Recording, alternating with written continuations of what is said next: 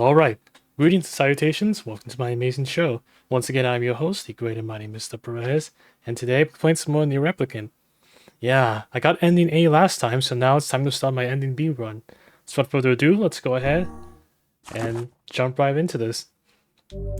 Yeah, I did read a little, I did see a little video, like, after getting ending A last time, where, it'd be best if I don't skip the cutscenes in this ending B run, because there's gonna be some new things that I guess I'll see as I watch these new cutscenes.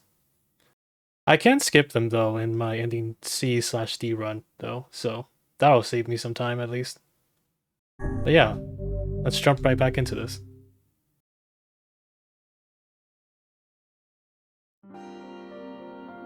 Whenever I interacted with Kaine, I was reminded about something from my past. Okay, so we're starting off here. My mind has been confusing her with my sister this whole time. Anyway.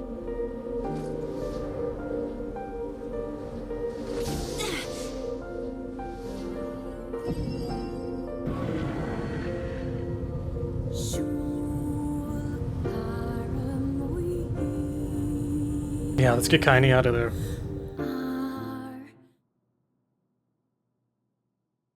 Kaine's dreams.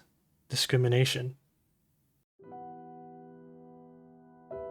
The sound of rain filled the village. The steep cliffs that surrounded the area magnified sound, causing even the slightest drizzle to rattle like a thunderstorm. Thin wisps of smoke streamed from huts as the villagers huddled in their homes and waited out the rain. A single child, however, had braved the downpour and was now wandering slowly towards the wooden heart-shaped weather vane at the center of town. The wanderer reached the vane, which had existed for as long as any could remember, and stared. The child's face was simultaneously delicate and fierce, like a teacup that had survived a shipwreck. Those traits combined with pale white skin to give the face an almost sexless quality. If the beak turns east, I go home. If it stays west, then The child blinked. Rain slowly dripped down the young one's short hair and began its long descent to the ground. Come on. Come on. The child felt a slight breeze and watched as the vane slowly creaked to life, spinning this way and that for a moment, finally settled with the beak pointing firmly towards the east. East? Really? Before the vane could move again, a jagged rock came spinning and tumbling through the air, striking home against the child's head. The force of the blow dropped the child to the ground as a hail of storms began to fall all around. Oh no, they found me. A heartbreaking smile crept across the child's face as the stones continued their assault. Through the rain, the sounds of multiple footsteps grew louder before a voice rang out. Yoo-hoo, Kaine! The voice belonged to Demo, worst of all the bullies in the area. As Kaine struggled to stand, a final stone came skittering through the mud and bounced against her foot. Blood oozed from a cut above her eye and blurred her vision, but she could make out the shapes of Demo and his usual gang of idiots. The voice seemed taken aback for a moment by Kaine's seeming indifference to the blood dripping from her face, but quickly regained his bravado. What's up, freak? You like the rain? You like getting all wet? Or did you finally decide to run away from home? Though she knew it was futile, Kaine turned to leave. Before she could get more than a few steps, other children scrambled to surround her, cruelty burning in their eyes. Kaine knew those were not the only eyes on her. Tormentor's parents watched from the safety of their homes. She was attuned to this sensation. It was one she had experienced many times before. While some villagers simply turned a blind eye to the actions of their children, many encouraged it openly. In a society ruled by superstition and fear, Kaine was something to be hated, and if possible, destroyed. I didn't say you could leave, freak. Demo's words chewed at her like a worm through an apple. He can't hurt me, she lied to herself. Be strong. Be brave. He can't hurt me. He can't hurt me. He can't hurt... Oh look! The little freak is gonna cry! What's wrong? Are you sad that everyone hates you and wants you dead? Kaine prayed for the rain to flood down and carry her away from a world that seemed to have no place for her. But if there were gods, they chose to ignore her. As Demo crept ever closer, The clouds began to thin, and the rain slowed. Even the weather hates me. I'm useless. Failure. I wish Deimos rock had taken my head off. And I couldn't meet Deimos' leaving gaze. She lowered her eyes and stared at the muddy ground below. The bully moved forward until he was inches away. She could smell the scent of old meat on his breath. The boy grabbed Kaine's face with thick fingers and yanked it upward. She tried to turn away, but he forced her gaze back and jammed his thumb against her eyelid to pry it open. Show me. No. Did you just say no? Deimo grinned evilly. You don't say no to me. No one says no to me. Not even taking his attention away from Kaine, he called to his cohorts. Come on, guys. Let's give the freak what she deserves. Soon as Deimo finished, kicks and blows began to rain down upon Kaine. Deimo paused, still grinning, as Kaine curled into a ball and tried to make the pain stop. I don't get you, freak. What you acting like a girl for, huh? Everyone knows what you really are. Kaine ignored the question, choosing instead to stare at the weather vane, and continued to point east, as supremely confident about the future I had chosen for her. Go home. Yeah, that's a funny joke for someone with dead parents and no home to go to. Freak! chanted the children. Freak, freak, freak! Kaine closed her eyes and listened to the rain, waiting for the pain to start again. As the clutching hands of the village closed around her, those children, she bent to her mind to the sound of the rain. Then it became her world entire. The rain fell, but the pain never came. Only when the laughter of her tormentors turned to terrified cries did she dare open a single blood-caked eye. Kaine was shocked to see Deimo sprawled on the ground, holding his head and screaming in pain. You could see blood welling from spaces between his fat, twisted fingers. Oh my god. He's crying. He's actually crying! Cried the leader. Other children glanced back and forth between themselves as if waiting for someone to step forward and take charge. When no savior emerged, they began an uneasy shuffle away from Kaine. The young girl was the least of their concerns. Instead, their attention was wrapped on the ancient woman standing a few feet nearby. After struggling for breath for a moment, she finally spoke in a voice thick with rage. Hurts like a bitch, don't it? Now I suggest you scatter before I throw another one. And if any of you little bastards ever touch my Kaine again, I'll do far worse than throw a rock. You could count on it. The old woman crouched down and gently touched the hand Deimo was using to cover the wound. Before he could think to protest, she ground her palm into the room and twisted back and forth. Ow! He screamed, leaping to his feet. Stop it! What are you doing? Quit whining. Ain't no one ever died from a scratch. You hit me with a rock, you stupid bitch. A big one. That thing could have killed me. The old woman shrugged. Death is the best cure for stupid. Deimo's face twisted with rage as the words. Locking his eyes on Kaine, he took a step backward and spat on the ground. Get out! Leave this village! No one wants you here. Either of you. Seeing the old woman grab another stone, Deimo and his companions turned tail and ran. As they fled, the old woman grabbed her side and barked out a single laugh. Ha! Look at the fat boy go! Guess he's healthy enough to run from a fight.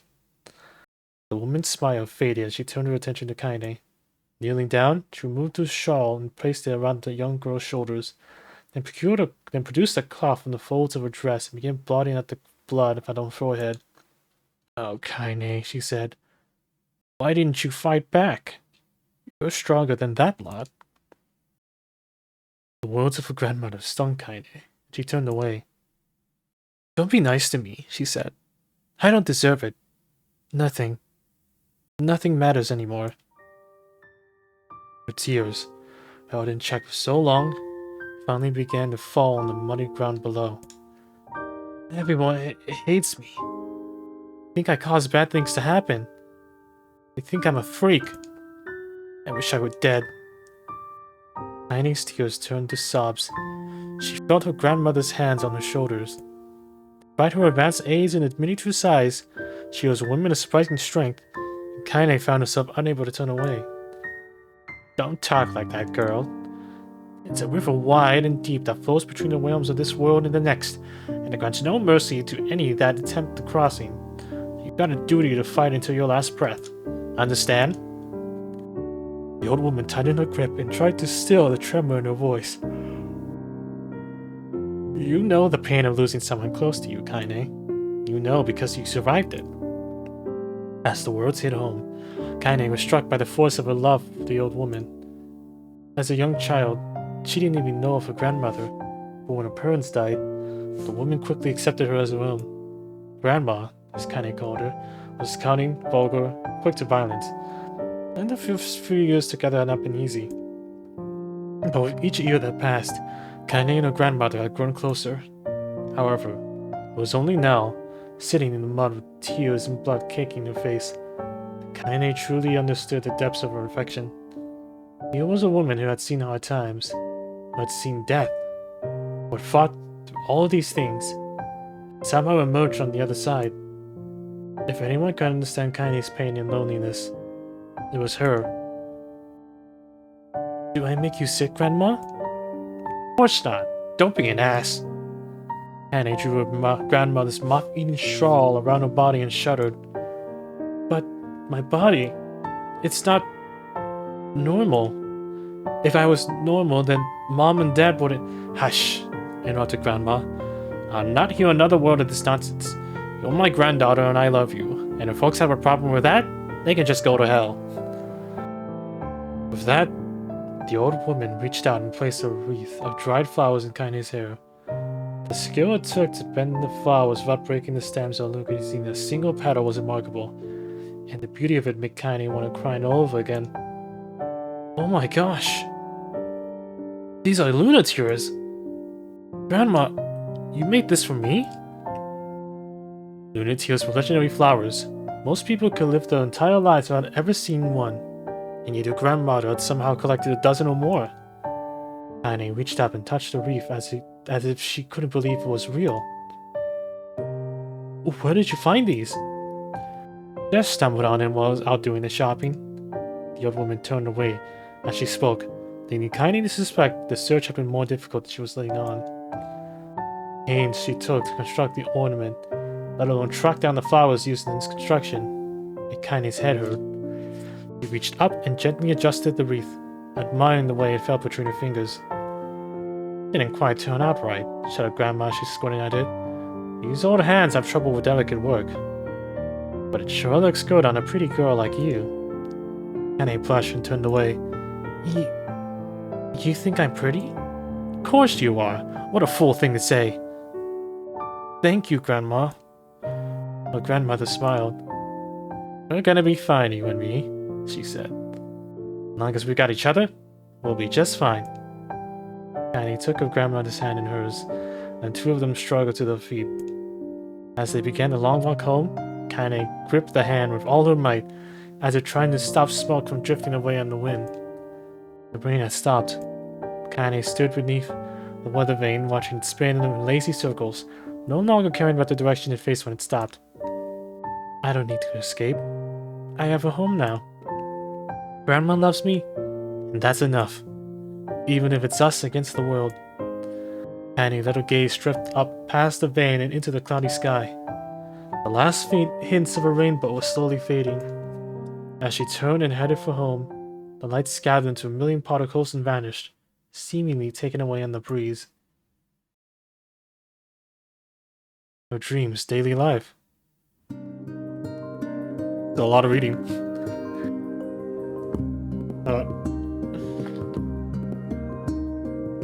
Okay. In the distance, Kaine heard the steady sounds of an axe striking wood. The noise had a purposeful quality to it, as if she was hearing a master woodsman go about his work. The firewood being produced, however, was as far from a work of art as it could be. Pieces of every shape and size were being flung about a barren yard with wild abandon. Anyone trying to stack such wood would probably die of frustration before the job was through. Stupid piece of shit axe. Kaine's grandmother flared away with the axe, filling the air with both splinters of wood and words that could make the most hardened sailor blush. Grandma, called Kaine. Is that you, Kaine? Yelled the good woman, taking her eyes off the wood for a moment. Don't get too close, or I might take your goddamn foot off by mistake. He brought the axe down on a piece of wood, sending chips flying in every direction. One spun past Kaine close enough for her to hear the whistle, at which point she decided to step back. Once she scuttled to the safe distance, she cupped her hands around her mouth and shouted, "Grandma! Do you need help? I can get you water, a lunch, or a new axe or something?" The axe, poised to strike another wobbly blow, paused in midair. The old woman considered her granddaughter's offer for a moment, then smiled. "Tell you what, since I'm doing such a piss-poor job of chopping, why don't you come here and take over so I can go get the water? Shades have been restless lately, and I don't want you running into one of them bastards." Relinquishing the axe, her grandmother picked up a long pole of wooden buckets on either end. Gathering water was by far the most difficult of the two jobs, but Kaine knew better than to complain. Once Grandma's mind was set, there was no changing it. Kaine did her best to help with chores, but Grandma took every task that required travel to the village. Though she had a long list of plausible excuses, Kaine knew the real reason. She didn't want her granddaughter to be taunted and harassed by the villagers. Once Kaine moved in, Grandma decided to take up residence a good distance from the area. Out of sight, out of mind seemed to be the best policy when it came to the villagers and her granddaughter, and rare were the days when any but the two of them could be found on the rocky acre of land they call home. Kaine enjoyed the solitude, but harbored a secret resentment that her grandmother was forced to spend her golden years in such a place. After watching her grandmother leave, Kaine turned her attention to the task at hand. She had never chopped wood before in her life, and soon discovered why the old woman hated the chore. Swing after swing of the axe produced only a tiny crack in the wood, and when she finally managed to connect with a solid stroke, the tool embedded itself in the log and refused to budge. Frustrated, Kaine swung the axe around her head and threw it, log and all, across the yard. Damn it! Oh, crap. She suddenly understood the joy her grandmother felt in the good curse. Happier now, she picked up the axe, forced it from the wood, and resumed chopping. She had a natural skill for blade, but the task was challenging, and blisters soon began to form on her small pink hands. This is tough, and my logs are all weird sizes. Bidding on the prompts and ignoring the pain, Kaine redoubled her efforts. Just as she was developing a rhythm, Grandma returned from the village. Setting down her buckets with a small sigh, she took one look at the logs and coughed out a easily laugh. "Pretty clumsy, girl. You better practice if you..." Her grandmother suddenly collapsed to her knees, causing one of the buckets to wobble precariously. Eyes wide, Kaine dropped the axe and ran to her grandmother's side. "Grandma!" The old woman shook her head and pointed a trembling finger at the bucket. "Get the bucket. Can't let it spill." Kaine steadied the bucket with her foot as she knelt by her grandmother. A small bit of water sloshed over the side and made a new home in the hem of her dress. But Kaine didn't notice. Grandma, what's happening?" Raised with panic, she grabbed her grandmother by the shoulders and shook. After a moment, the woman lifted her arms and batted Kaine away. "Stop that! Just stop!" she cried, breathing heavily. "It ain't like I'm dying. Just tired from the trip is all." Kaine desperately wanted to believe her, but one look at the old woman's shaking hands and one face told her more than words could. Grandmother had lived a long, hard life, and it seemed the bill was finally coming due. The time when her grandmother watched over Kaine was ending. Sooner than either of them had feared, the positions would be reversed. Next morning, Kaine came to the side of her grandmother's bed and took her wrinkled hand. "Grandma, you're sick, and you need medicine. I'm going to the village." The old woman shook her head and tried to rise, but Kaine gently pushed her down. "It's all right," she said. "I'll be fine." Her grandmother fixed her with a gaze that could melt steel. After what seemed like an eternity, she finally lowered her eyes and sighed. "Well, I don't like it, goddammit. But I guess I shouldn't quit being so stubborn and let you grow up." The old woman watched as Kaine strapped on her boots and made her way down the road to the village. Hours later, as an unseen sun made its way across the dark and rainy sky, she was still watching. Kaine moved at a brisk pace, checking her pockets every few minutes to make sure the money her grandmother gave her was still there. Every noise caused her to spin on her heels, making sure she was being stalked by a shade, or worse, Demo and his gang. But she encountered neither tormentors nor shades, and Kaine finally found herself at the entrance to the village. The few adults she could see glanced sideways at her, then muttered to each other behind raised hands before slinking away into the shadows. Heart racing, Kaine took a series of rapid, shallow breaths and tried to calm herself. I have to prove myself. I have to help Grandma. I have to be strong. She chanted those words to herself over and over as she slowly made her way. Finally, her eyes settled on a rotund older woman who was angrily waving her arms in the air and telling everyone who would listen exactly what she thought of Kaine's presence. Hey lady, said Kaine with vibrato she did not fear. Where's the apothecary? The woman's flabby cheeks shook in bewildered anger.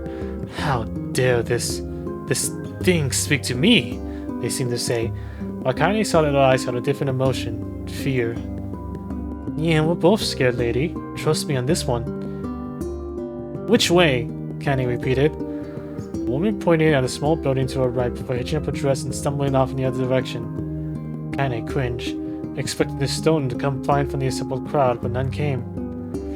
Her mind was filled with a strange sense of pride as she made her way to the apothecary.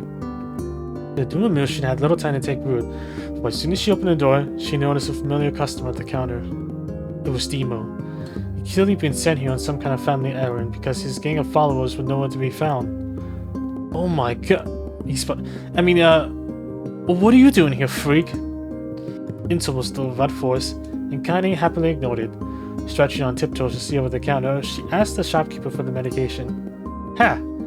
Bugged Kademo. That old bitch finally keel over? Go to hell, Demo. The boy's eyes grew so wide they seemed ready to fall out of his head. But before he could fly a comeback or was a punch, the apothecary told them to knock it off before he kicked them out of the store. Dino slunk out of the shop, coasting Kaine under his breath. Once he was gone, she allowed herself to breathe once more, taking a brief tour of the shop while the owner prepared her medication. Countless tiny bottles filled the cramped store, each with a label written in some indecipherable language. An ocean of aromas assaulted her nose, creating a scent that was exotic, but not altogether unpleasant. Seeing such a variety of supplies gave Kaine a sense of peace. Surely in a world so vast, there would be a place that she could call home. On the far wall behind the counter rested a portrait of a stunning young girl. The picture that once contained bright, vibrant colors, but time had worked its cruel magic, and they were beginning to fade. The beauty of the work, however, remained undiminished. You like that picture? Kaine turned to find the apothecary with a small vial of medicine in his hand. His eyes were gentle but sad, and they seemed to stare through her into nothing as he spoke. That's my daughter. I sketched her when she was just a little girl. She's been dead a long time now. Kaine didn't know how to respond. She just stared at the portrait and tried to come up with the right words. Pictures are wonderful things, continued the shopkeeper. They let the ones closest to you live on forever. He shook his head slightly, then looked down at Kaine and smiled. Handing her the medicine, he reached into his sizable green apron and produced a handful of old wax crayons. You should have these. There's no one left that I wish to draw.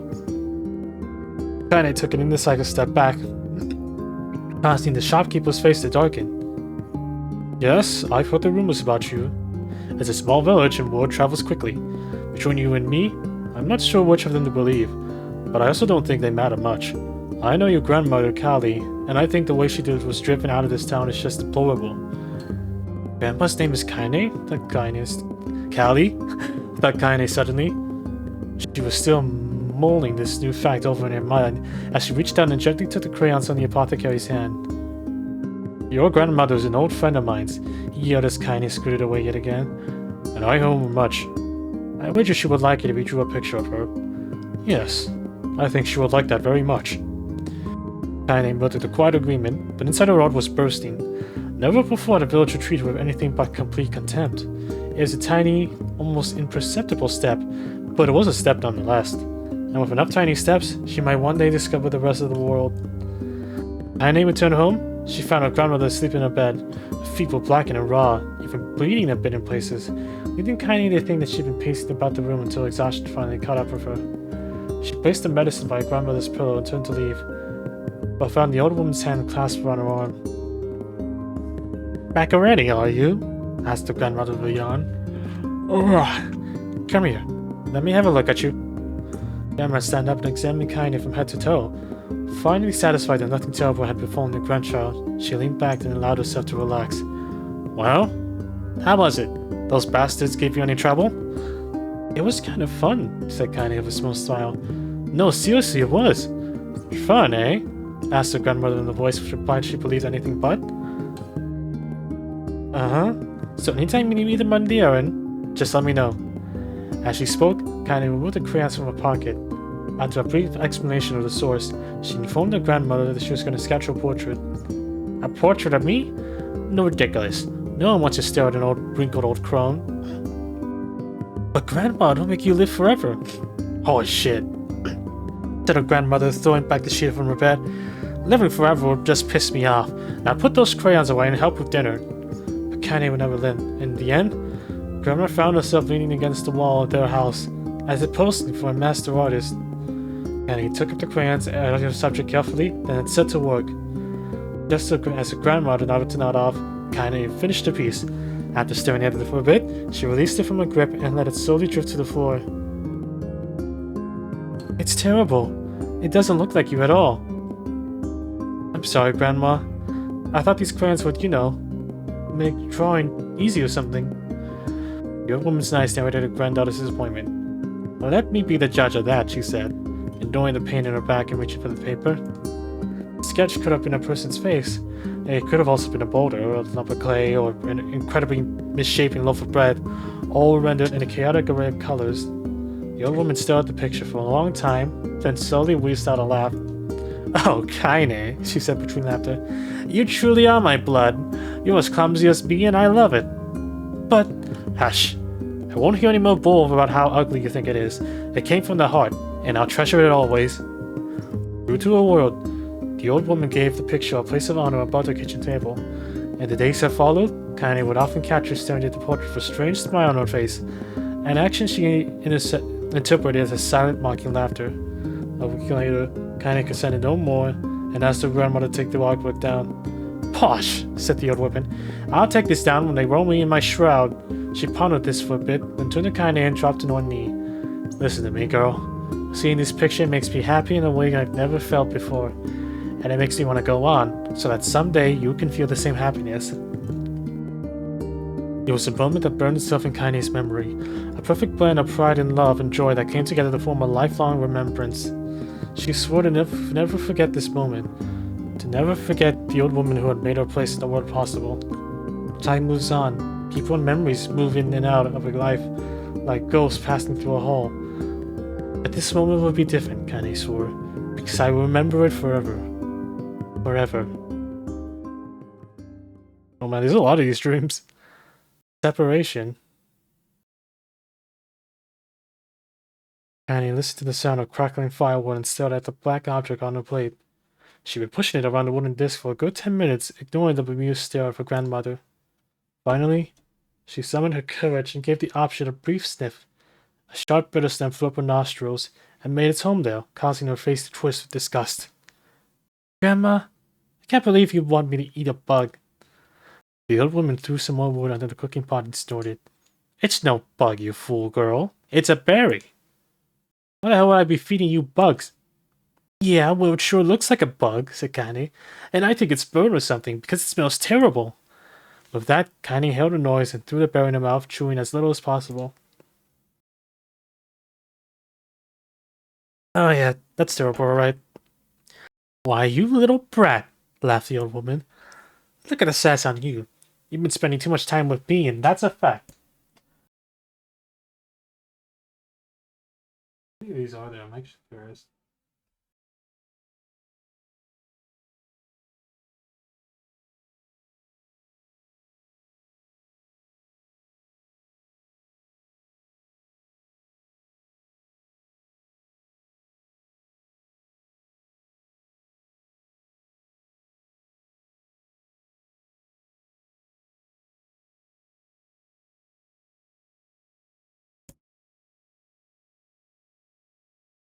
Yeah, let's see.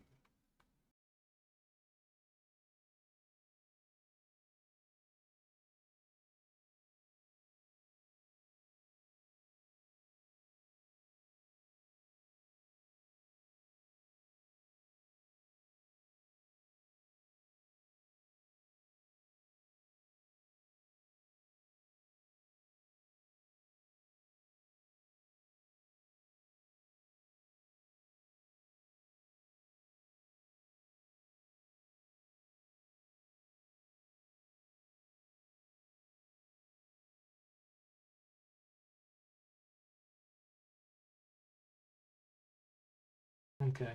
Well, I'll figure it out. 5 years had passed since the moment when Kanye's grandmother saved her from the bullies. As is often the way with two stubborn people, their relationship outgrown in fits and starts, but moved forward all the same. Meals that used to be somber affairs now filled with laughter and hurled abuse in equal measure. Kanye could not remember a time when she had been happier. Oh, that's sweet. As the years went by, Kanye started to shoulder more and more of the daily responsibilities. Her grandmother's legs grew weaker by the day, and she could no longer do many of the chores she used to take for granted. And so this morning found Kanye lacing up her work boots for breakfast, a burned berry rolling through her belly. "Where are you going today?" asked Grandma suddenly. Kanye looked up, surprised. The old woman rarely asked for specifics anymore. "Well, I was going to check out the kelma trees and see if they were ripe. I thought we could make some jam or something. Oh, and I'm going to pick up some flagstones, so I need to take the wheelbarrow." "Flagstones? What in the hell for?" Kanye stared at her grandmother, then held out an arm and swept it down around their home. Constructed of mostly cloth, rope, and rubble, the old place sagged like a box on the founding ground. "Grandma, a dying cat could chew through this house. I'm going to build a stone wall so we have some protection." The old woman laughed, exposing her toothless grin to the world. "God damn, girl, if a bunch of thieves want to ransack this old place, let them come. We got nothing worth stealing anyway." "I'm not worried about thieves. I'm worried about shades. People saw one west of the village yesterday." The old woman tilted her head and stared at her granddaughter. "Well, shoot. I don't know why you had to do it today. We can worry about it some other—" "Grandma, no. If I don't go to the kelma trees, we won't eat tonight. You know that." Hugh's expression passed across the old woman's face, and for a moment she was a small child lost at a carnival. "Yes," she said after a bit. "Yes, of course, you're right. Sorry, Kaine. It seems my mind is..." She finished the thought, instead walking over to her nightstand and gently taking the wreath of lunar tears from the drawer. The flower's petals had aged to a brilliant whiteness, and Kaine thought it was more beautiful now than the day she first received it. "You're gonna be a true woman soon," Grandma said as she placed the flowers in the girl's hair. "So that means less chatter about shades and building defensive walls, and more talk about how beautiful you become." Annoyed, Kaine reached up to remove the garland, but the look on her grandmother's face stopped her hand. You're a beautiful thing," said the old woman, "and there ain't another like you in all the world. I'm very proud of you." "Okay, Grandma, that's enough goddamn compliments for one day." "Such a mouth on you. Where did that come from? Gee, I wonder." "I'll teach you to sass me, girl," Grandma. Suddenly, she lurched forward and grabbed Kaine by the ears, pulling her around the room with a crazed grin on her face. "Grandma!" yelled Kaine in a quaking voice. "Grandma, stop it! What the hell?" The old woman stared at her and blinked, then slowly held her wrinkled hands out as if it was the first time she had ever seen them. "Oh! Oh, I don't know what happened there. I'm sorry, girl. Sometimes my mind just..." And he thought the look on her grandmother's face was the most heartbreaking thing she had ever seen. "Listen," she began. "Maybe I should stay home after all." "No! I won't have you stay here to keep an eye on an old codger like me. You go get your food and your wall and whatnot. I'll be fine. And when you come back, I'll have a nice grasshopper dinner waiting for you." Annie rolled her eyes, then kissed her grandmother on the forehead and made ready to depart, trying desperately to ignore the worry that was gnawing at the walls of her heart. Kaine could feel the old woman's eyes watching her as she moved down the path. "Don't turn around, don't turn around," she told herself, but in the end the temptation was too great. She spun on her heel for one final look and saw a small bed woman standing in front of a ramshackle hut with a sad expression on her face. God, she looks so old now. It's like the wind could reach down and just carry her away. Kaine worried about her grandmother all day, causing her work to suffer. What little food she could collect was tossed carelessly into a wheelbarrow, and she found only a couple of stuffed stones before losing interest in the project.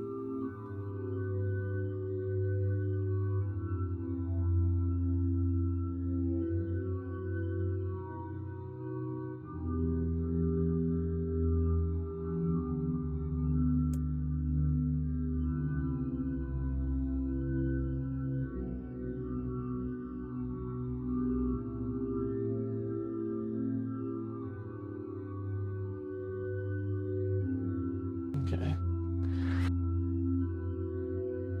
Finally, as dusk approached, she decided to call it a day.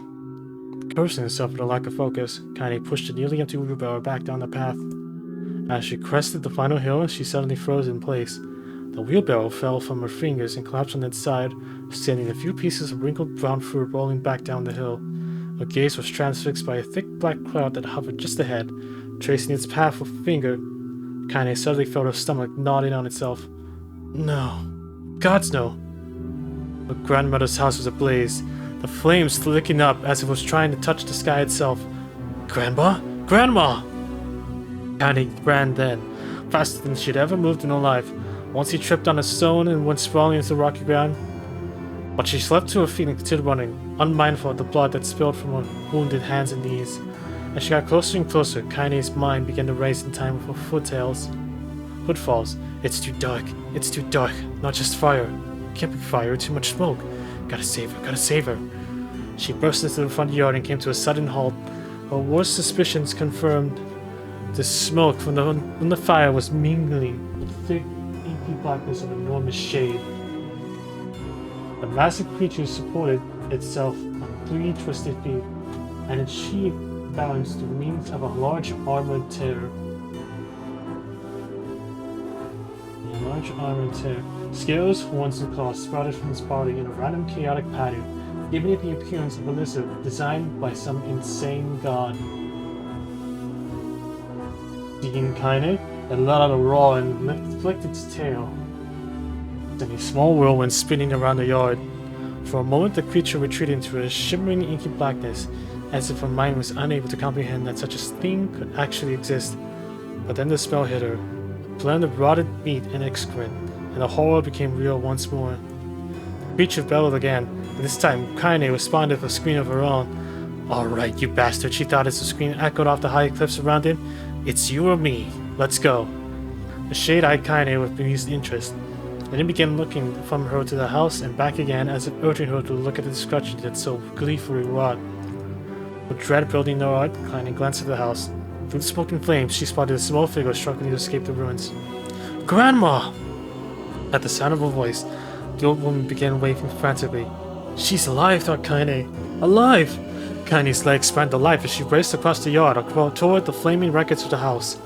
Before she could advance more than a few steps, the shade opened its mouth and let out a roar powerful enough to uproot trees and send them flying. The blast sent Kaine tumbling through the air before smashing her against the rocky earth.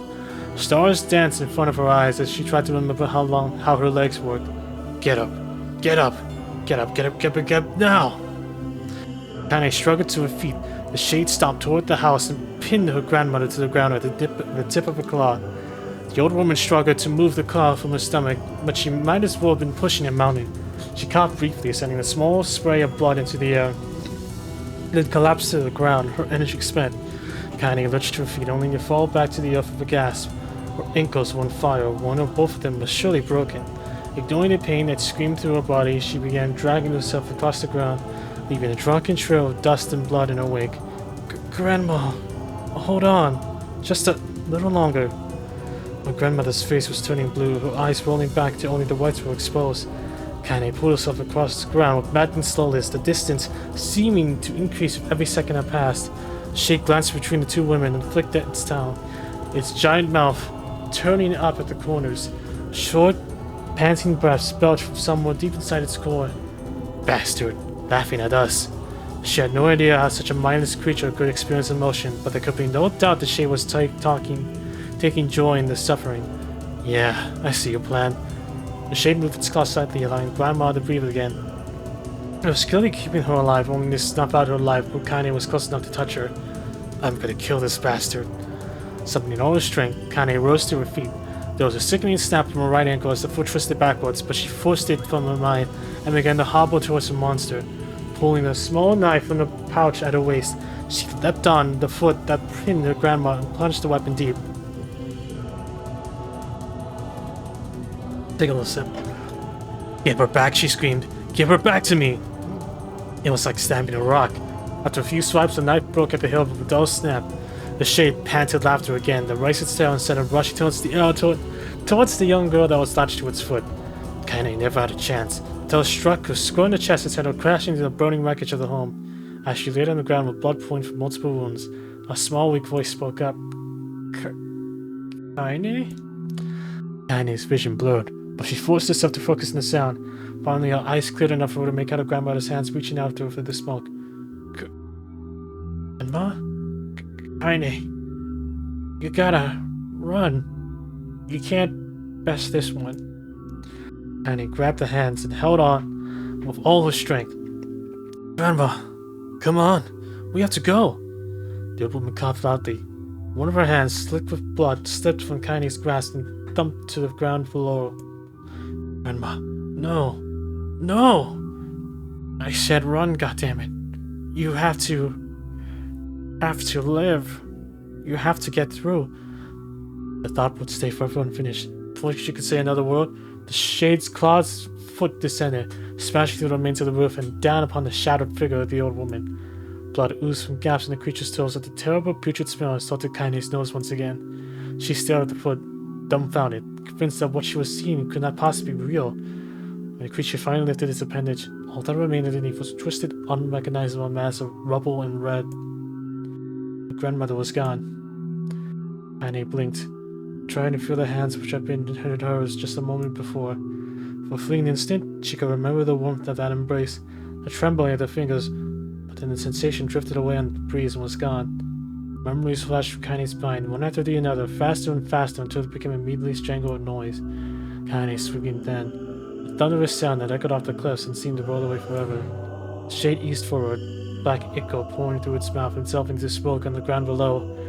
The earth shook with every step as it crept towards its prey. Kaine's body slowly rose as if controlled by a mad puppeteer. Her arms and legs were bent at impossible angles, her head lolled dangerously to the side. Yet somehow she managed to stand. Staring at the shade, her eyes began to glow with deep red fire.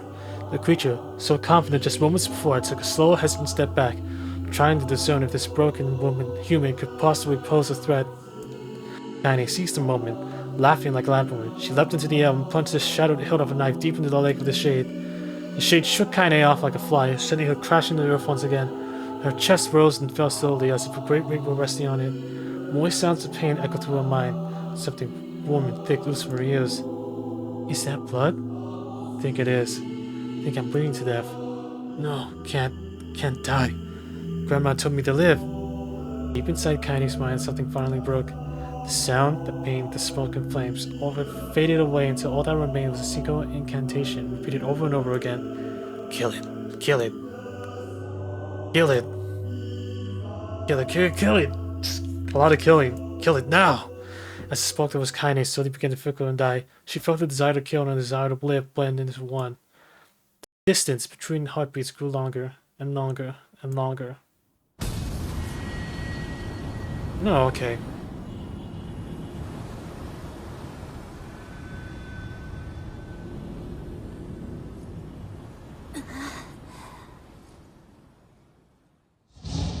Must be what she dreamed about while she was frozen. The beast approaches.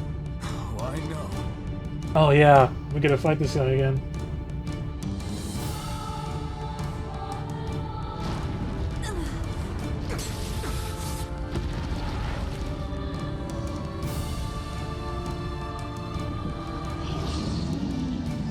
Let's do this. So my Phoenix Spear. My Phoenix Spear, right? Yep. Let's dunk on this guy with my Phoenix Spear.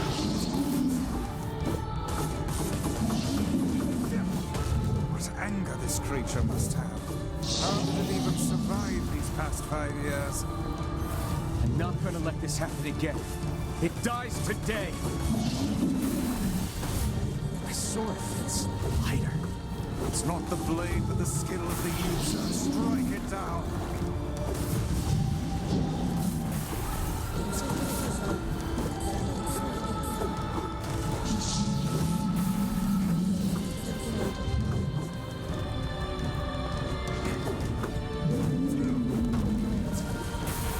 Gotcha.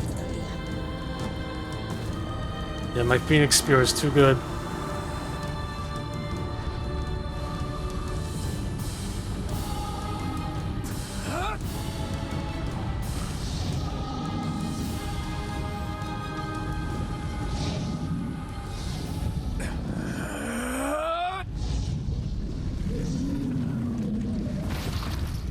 Gotcha.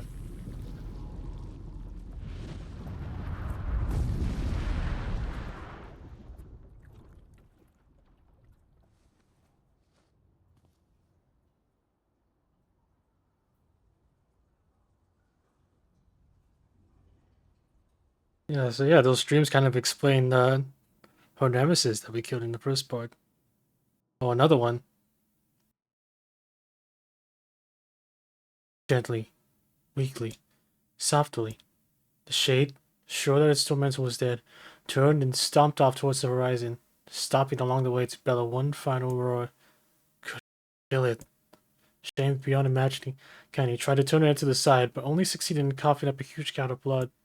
It was getting difficult to see, and only after a moment of fierce concentration did she realize that her left eye was gone.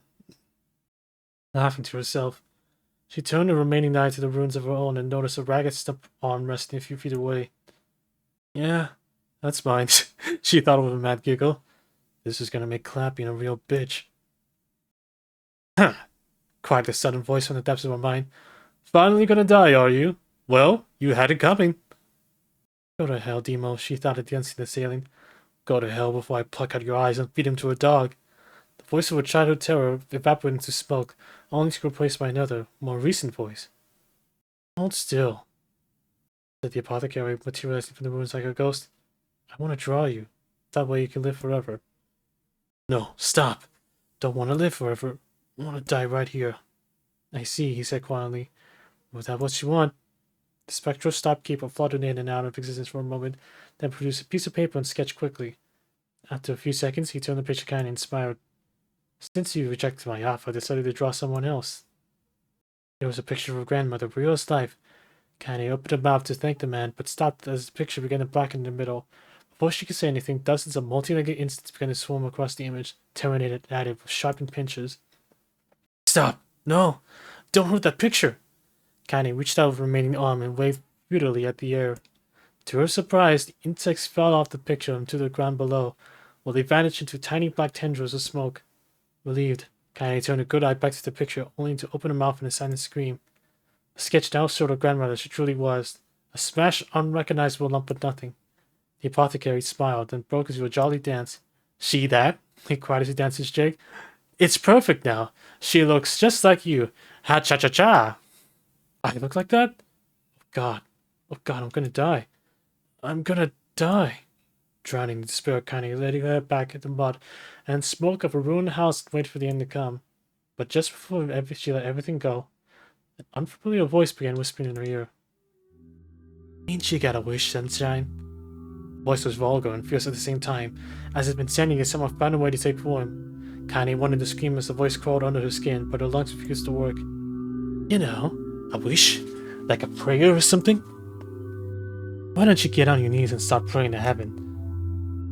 Please, invisible man in the sky, save me, save me! Tiny finally resorted to shutting the voice that was in her mind. I don't make wishes. They don't come true for me. I'm a curse, a freak. I should be left to die. The other voice boomed in her ears. Wah ha ha ha! Oh God, you are the best! Candy glanced down and saw a black, shiny substance oozing from her legs. She tried to brush it away, but her remaining arm would no longer respond. The substance slowly crept around her feet, and then began moving up towards the rest of her body. Is this death? Is this what it's like? Or is my mind just losing itself? She could feel the slime oozing upward, feel the hot searing pain as it left in its wake. Whatever else might be happening, she was still alive, and this was real. Come on, said the voice. Let it go. Kanye tried to ignore the voice and concentrate on the pain, but the newcomer would have none of it. Don't ignore me, sunshine. You're ready to give up, ready to die, so why not let me have it? Have what? Your body! Come on, give it to me. Give it to me. I want to stand on the ground, feel the rain, taste the wind. The voice paused as if licking its lips. When it resumed, it was filled with mad, unabated joy. And I want to take your hands and use them to choke the goddamn life out of people. I want to tear out the throats and bathe in the blood, just like before. In response, Kanye shifted her head and vomited. The warmth of it crept down her throat and mingled with the pain of the encroaching black ooze. Are you? A shade? Gah! Yeah, baby. What of it? The slime reached her face, crept up past her nose and slowly oozed into the socket of her missing eye. The moment it touched her brain, Kaine was struck with the most powerful sensation she had ever felt of her life. It was ecstasy. She wanted to scream in delight, but all she could manage was a small whispered moan. "Feels good, don't it?" asked the voice with a chuckle. "Yeah, what can I say? I know how to please the ladies. Now give me that body. Come on, give me the body and I'll give you more of this feeling. It's a fair trade." The black lump began to protrude from Kaine's side. As she watched it, it grew longer and thicker, eventually taking the form of her missing arm. "I can see better," she thought. "My eye must be growing back too." The slime reached up to envelop the rest of her face, but she managed to brush it away. "Stop," she whispered, marveling how she had regained her voice. "Stop."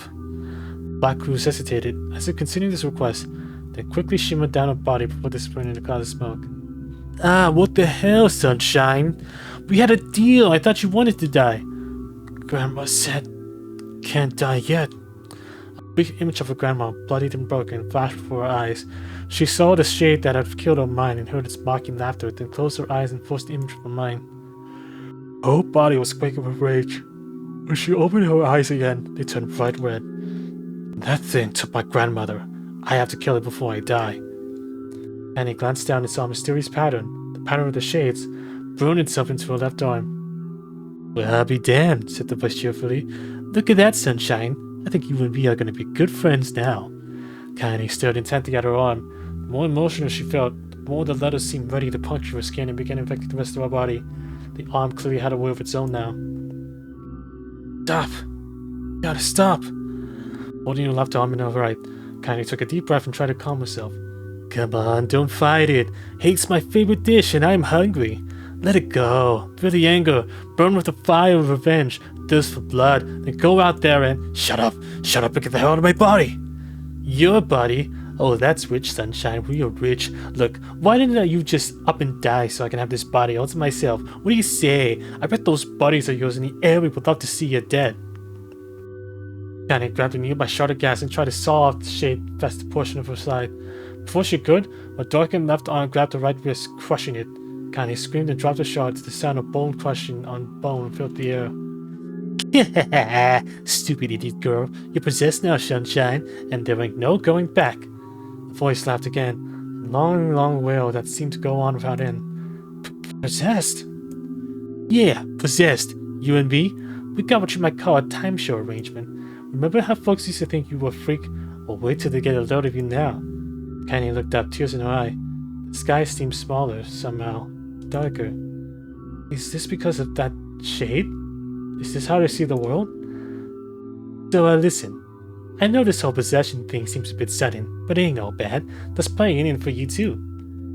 I'm a very powerful creature, Sunshine, and now that power belongs to you. You got enemies? People you want to kill? I can make it happen. That little fat kid here picking on you, the big old shade that squashed your granny, we'll wrap him up in their own assholes. No more abuse for you, Sunshine, no more pain." "Wait, you're a shade. Why would you help me kill another shade?" "What, you think I'm some kind of racist? Some killing snob? I don't give a goddamn who you murder, honey pants. I just want to drink from the well." Kaine considered this as she struggled to her feet, the power of the shade coursing through her. The smoke from her house was drifting away with the wind, but she enjoyed the way the cool evening breeze felt on the new left arm. After a long pause, the voice spoke up again. "So, how about it? You and me? We could have some good times together. Look, I can take care of the bloody part if you don't want. Fuck off, asshole. I'll handle the killing." "Gah! Look at you go. Oh, Sunshine, we're gonna have so much fun. So listen, my name's Tyran, and if you ever need me, I'll just be hanging out in this piece of meat you call a heart. Now get to it. The more you kill, the more your heart turns rotten and sour. And I like rotten and sour." Kaine found herself nodding at the voice. Yeah, I think this can work. I'm gonna find that shade, and I'm gonna strangle it with its own guts. When I'm done, I'm gonna do the same to you, Tyran. Count on it." "Ha! I've shit bigger than you, so good luck with that. Oh, and hey, one more thing. Right now, you and me are sharing this body, but if you run out of hate, if you ever, go soft, then I'm gonna take over everything. So keep on killing, Sunshine, and watch your back." The voice grew fainter and gradually faded away, fading to someone deep inside Kaine herself. Kaine waited until she was sure the voice was gone, then waved and do left dawn around it a few times. It feels perfectly normal, she thought. It feels like mine. Desperately, she began poking and prodding at the new limb, determined to find something wrong with it. She didn't want it to feel normal. That would mean the creature inside her had already won. I am not a shade. I am Kaine. Repeating this mantra in her head, she slowly began digging through the rubber of valves, being careful to ignore a certain red-stained spot in the corner. Finally, after seeming like an eternally heartbreaking work, she found what she was looking for. It was the wreath of lunar tears. That had been through hell and back. The garland's petals were as bright as ever. Kaine started placing it in her hair, and slowly lowered the wreath and stared at it. Sorry, Grandma. I'm so sorry. But I don't deserve to wear this anymore.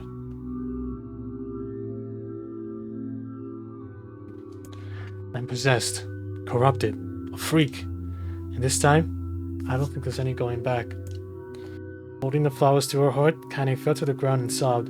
As night gradually lightened it down and the people of the area rose to their daily lives, she remained in that position as the tears could somehow wash away the horror that now infected her world. Alive. Stay alive. Stay alive. Grandma. Alex, Kaine, you gotta live. You gotta come back to us. that explains a lot about Kaine.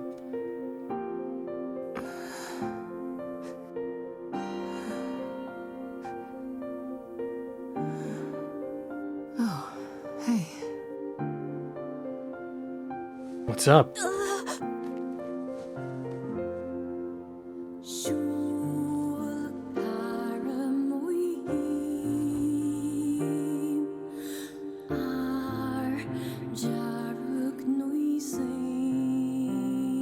Emil, you were the one calling me, weren't you? You still recognize me? Of course. I knew you right away. Thank you, Kaine. Welcome back, Kaine. Wow, you grew up. That he did. So, how long has it been? 5 years.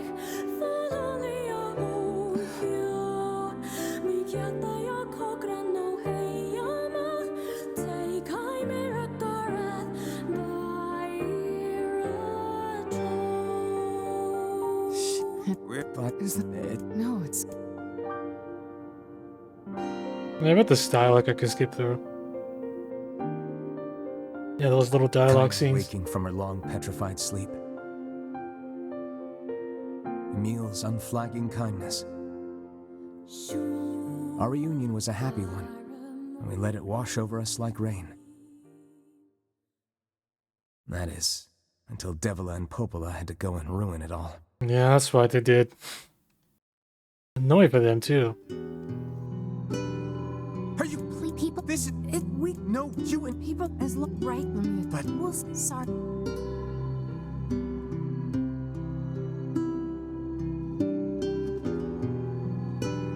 The Noive. what is the Kaine always never even occurred to. We should.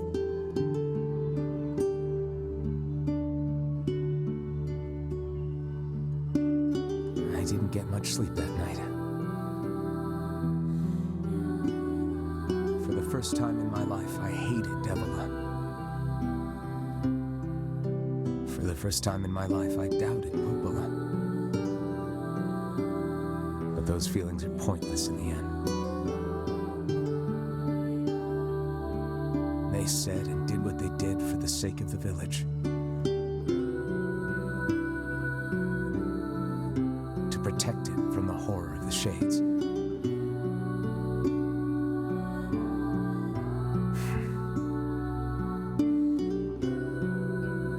Really, how can I blame Devila and Popola? In the end, I'm just as bad. Because I never once stopped to think about Kaine and Emil's situation myself.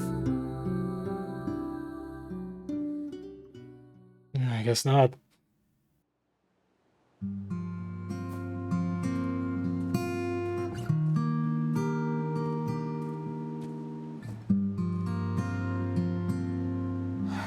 apologize to Kaine and Emil. But good. Wait. I'm so happy to get to talk to Oh you. shit, wait, this is new. Yeah, me too. I tried everything I could think of to save you, you know. I polished you with a special cloth. I poured warm water over you. Wait, you poured water on me? Yeah, but it didn't really do much except make you all shiny. Hey, Emil. Thanks for saving me. I guess you noticed how I look different now. I'm sorry, Emil. I'm sorry for all of it.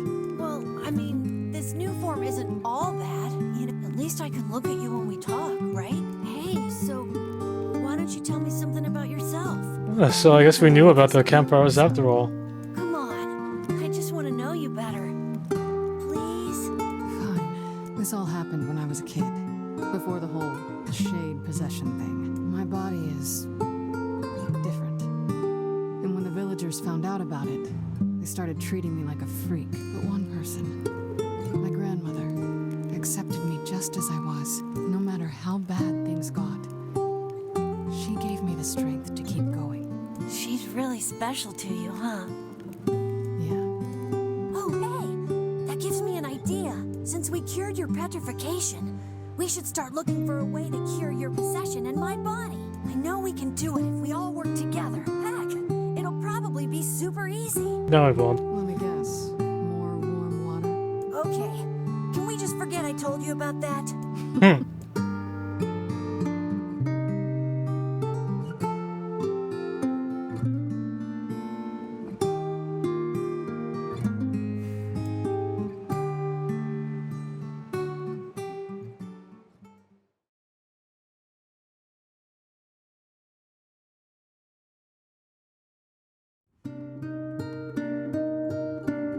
Sure.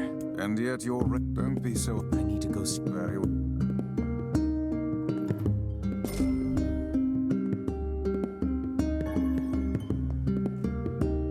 What might... I have not heard Oh. She got the black scroll. My apologies. It's all right. I can barely remember. This is the only thing. Reading it helps remind. I see. But the final entry. In what way? Well, here, take a look. Oh yeah, this is the DLC. Well, DLC for the original game. It's included in Sega, Replicant. Can you not hear me?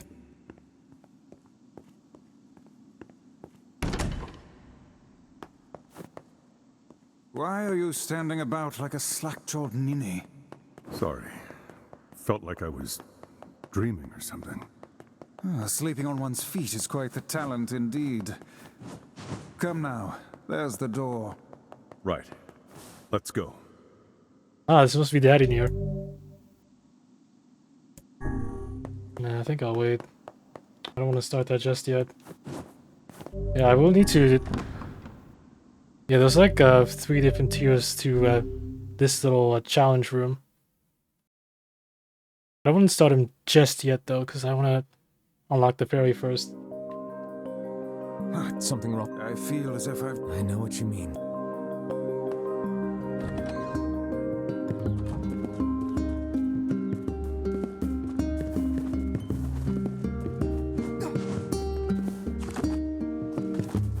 Fear the next card. Oh, I kind I understand you're doing. pretty much. Oh, I'm Yeah. sorry that you. You don't need let him know.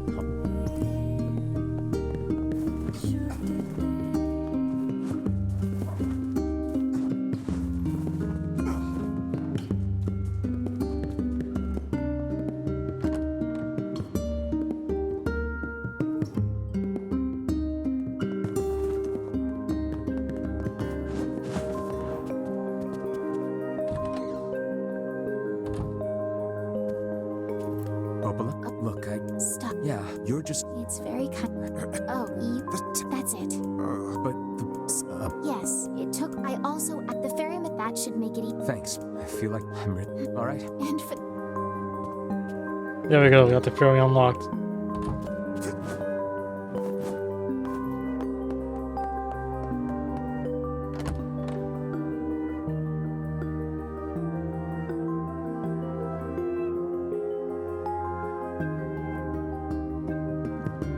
just above the entrance to the shopping district. How excellent to know the canal is finished. Hopefully this puts our days of running all over behind us. Yeah, so I still got all my weapons. Yep, everything carries over. Sweet. The faster we can move, the faster we can save Yona. Let's use it as often as we need. In fact, I'm gonna use it right now.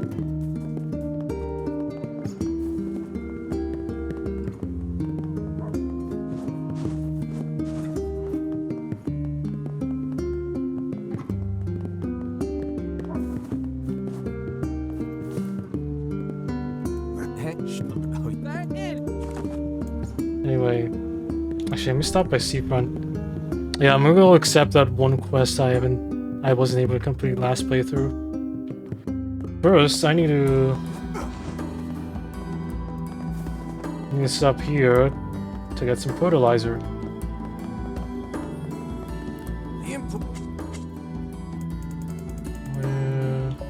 Yeah.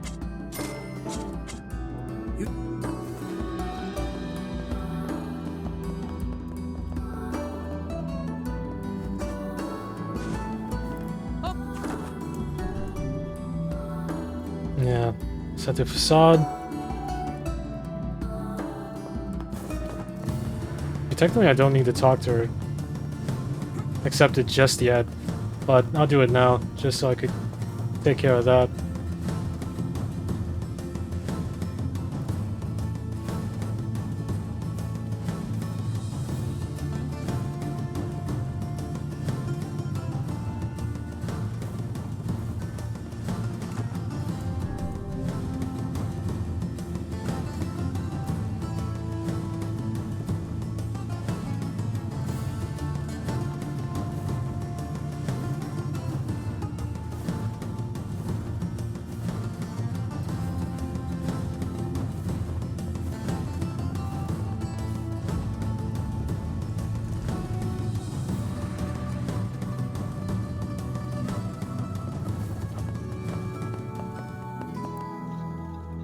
Sure.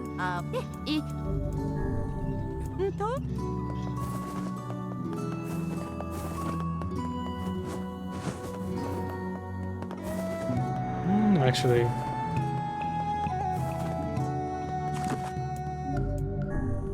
yeah, I'll save here.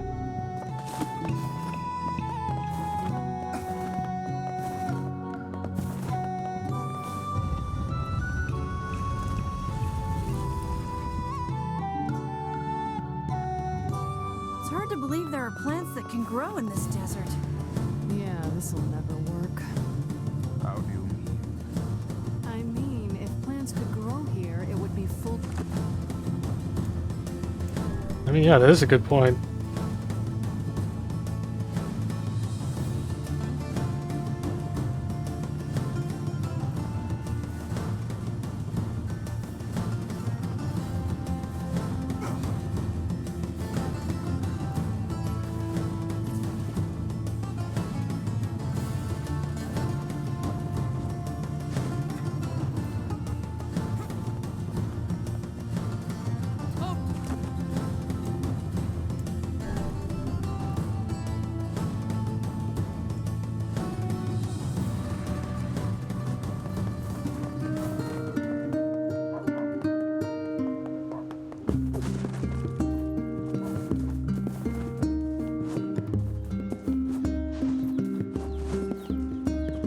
Alright. Let's add some of that.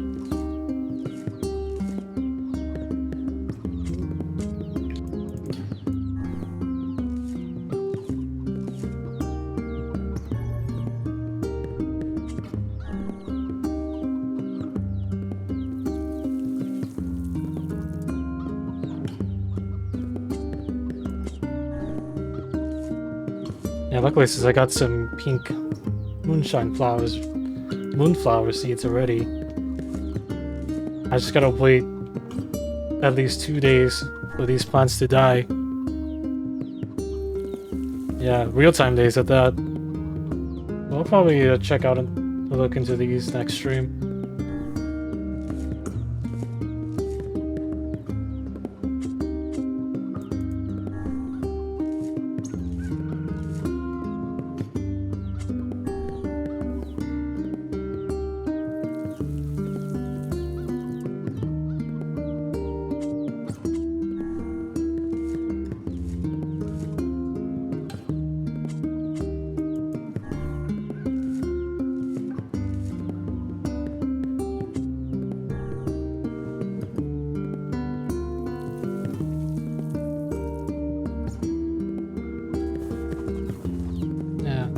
I think I'm at a good level to at least start that diary stuff. Let's do that.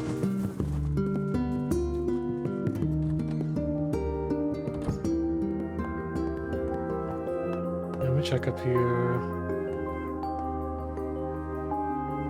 Right. Yeah. What of the recycled vessel?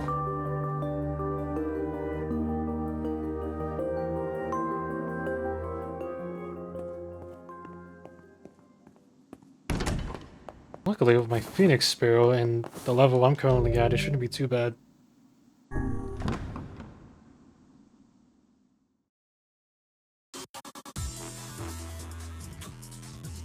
This is the world of a recycled vessel, created to avoid the destruction of all.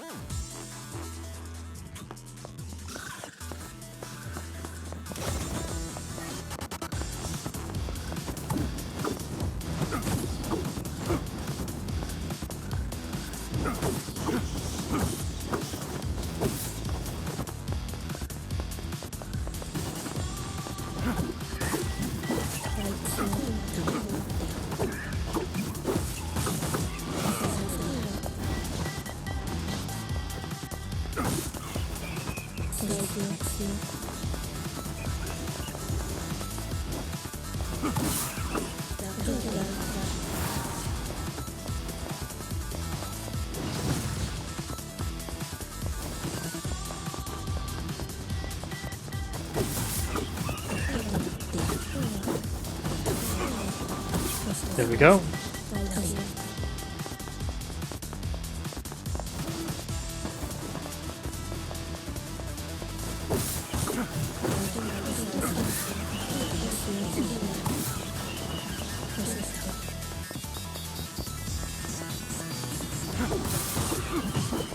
Ow.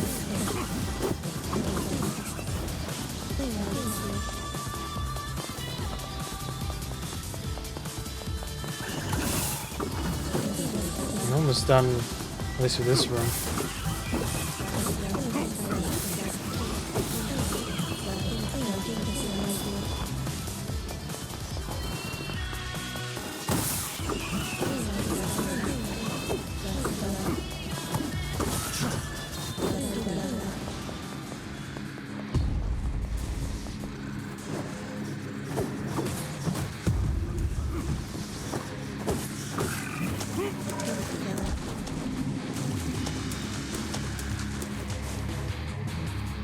Going so bad.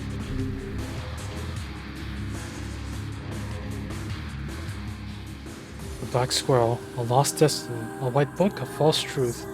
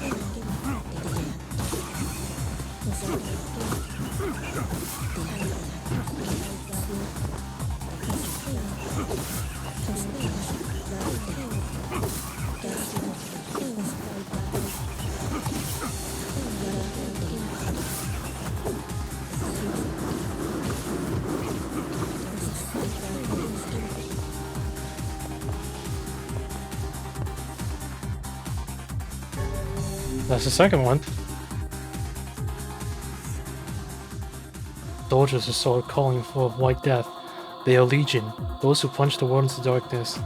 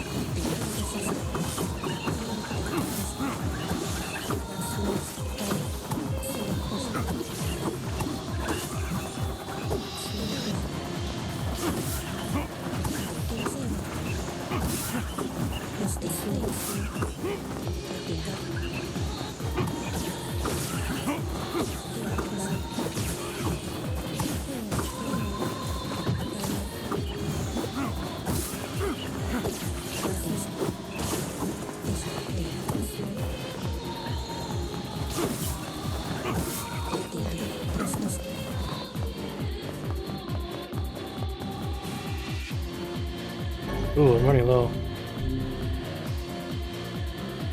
Actually, hero. Dragon's corpse brought death to the world, delivering unto it the power of magic.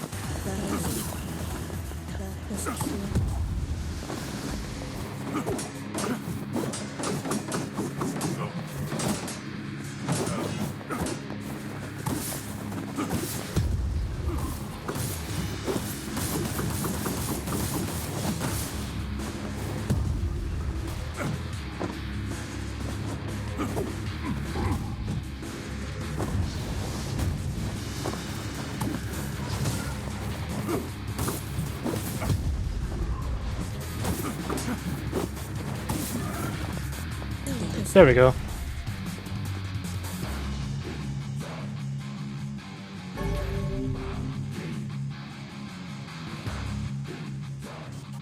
Black sickness stains the future. They journey to return to soulless vessels.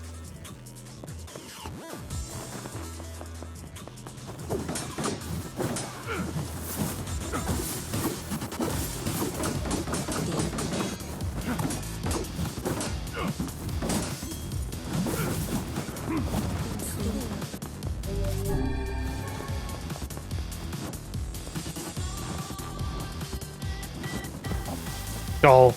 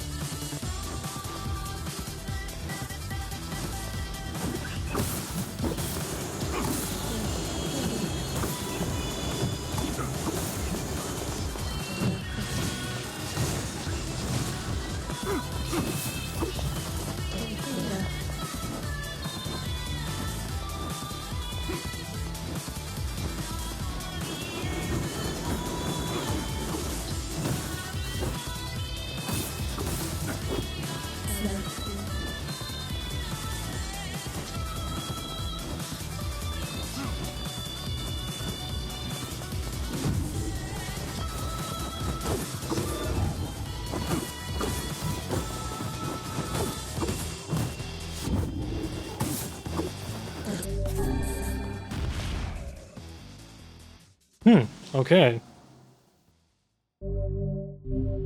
Kabuki outfit.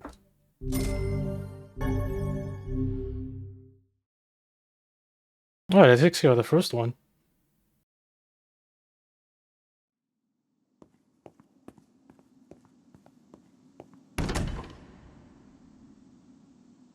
Yeah, second door.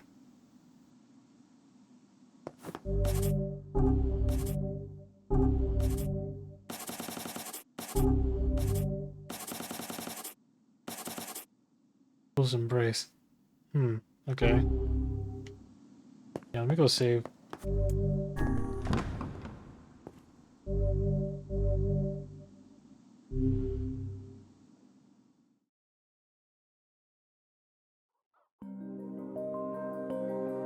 Something wrong. I feel it. I know.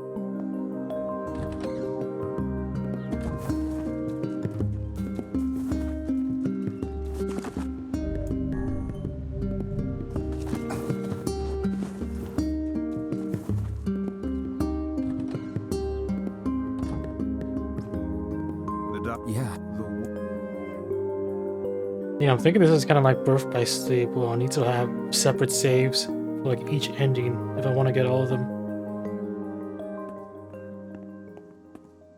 Anyway.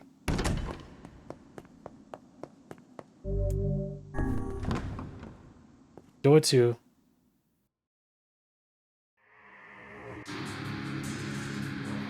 The apocalypse divided the world into one that knows not day and one which has never seen the night.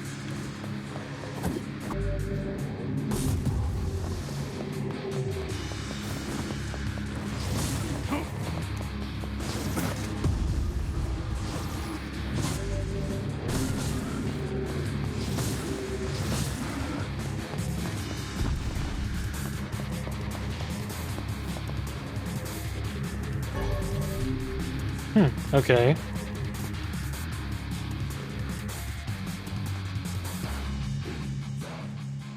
Black and white, 13 packs. The vessel's forms waver as they cross time and space.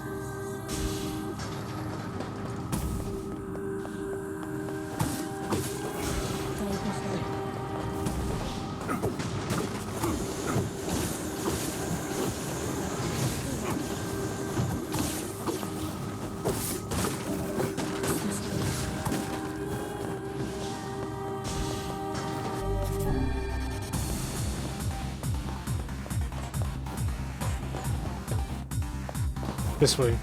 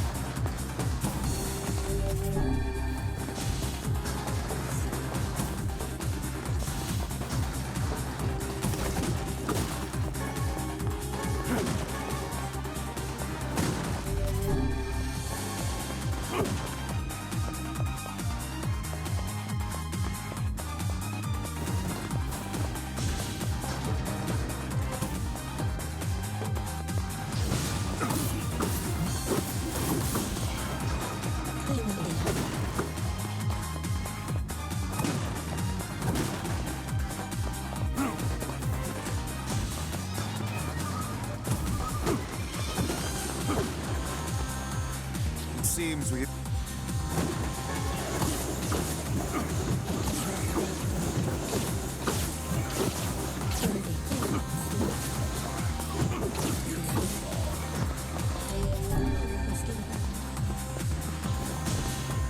Well, they certainly tried to shut me in.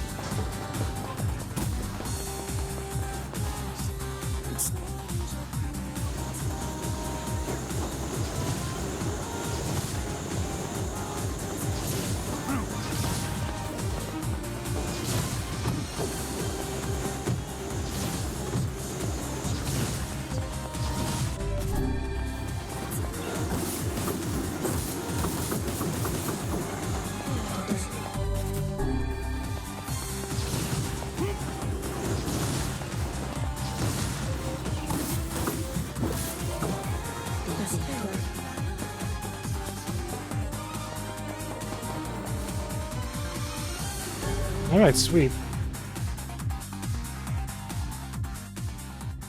Song of Man has been drowned out. In its place, the scream of something inhuman.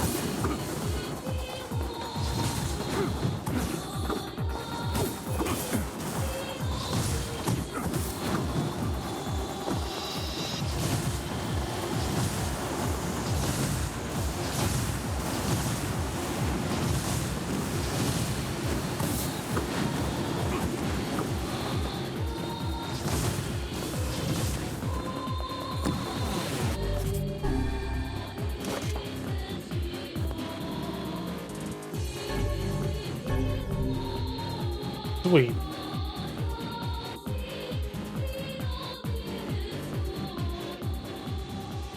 Guy falls with the dragon, the world ends this day.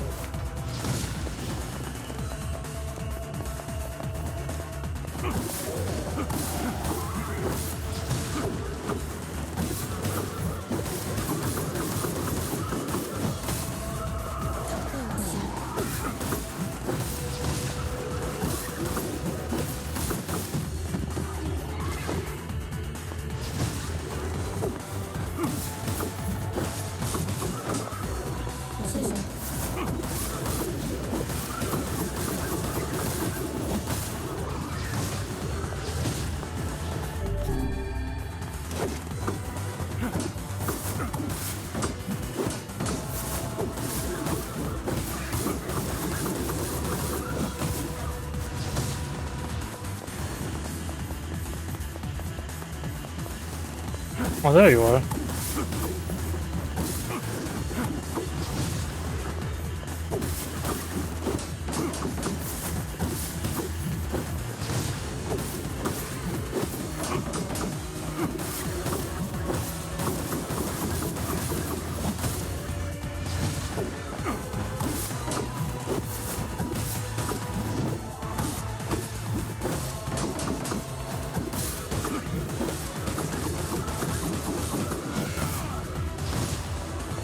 Gotcha.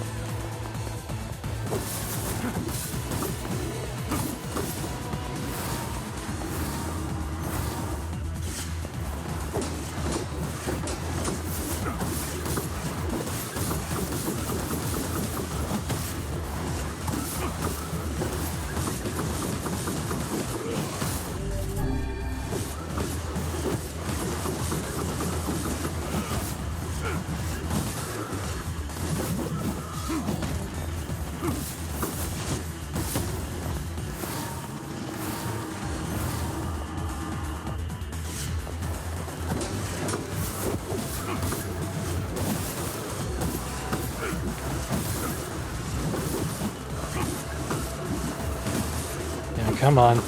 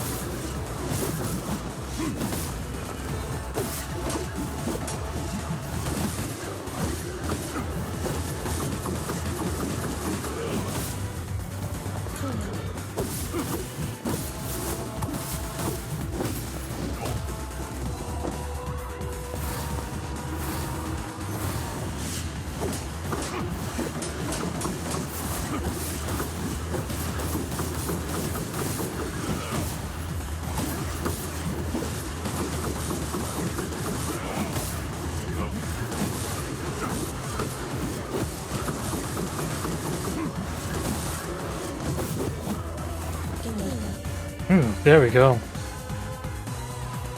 That took quite a bit.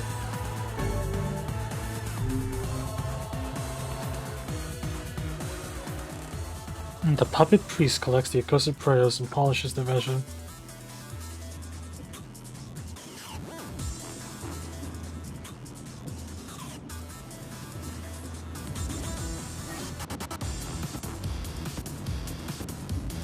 Oh shit, this is a shooter.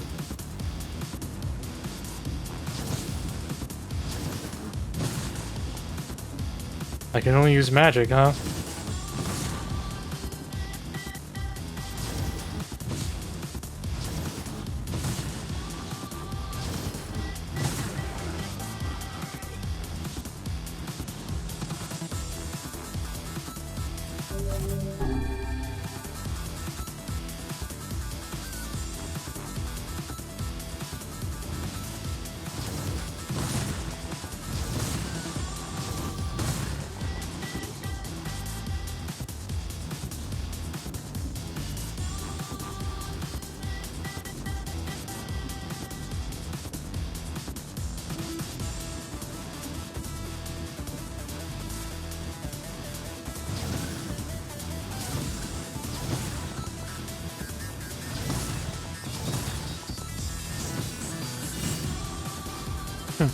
Do I want pizza? Yeah, sure, I'll take a pizza. Why not?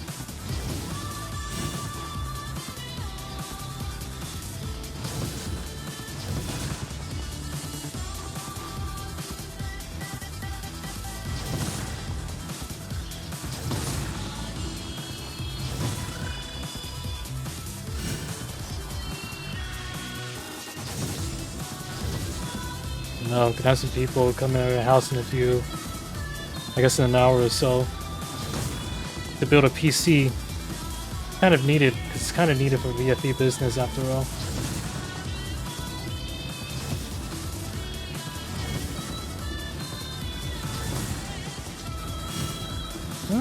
Yeah, that's pretty good. I usually get the pastas more than the pizza, but it's still good.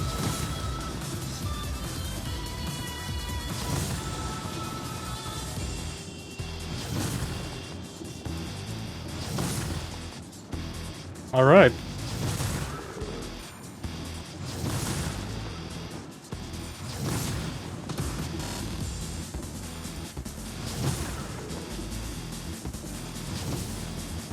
Go.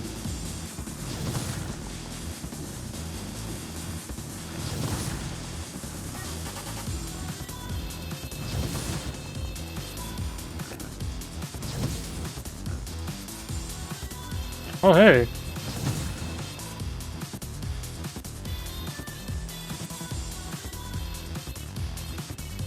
Oh, what are you doing down there?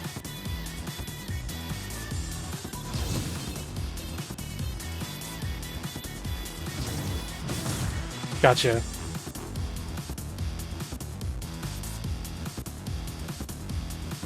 I guess this isn't gonna end until I get all the enemies.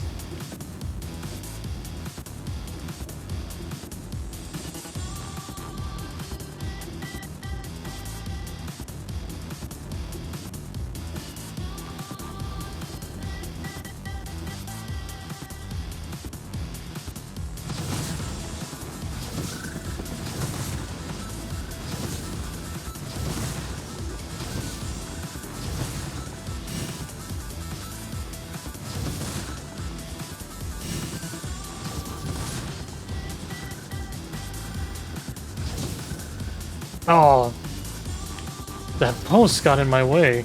Annoyed.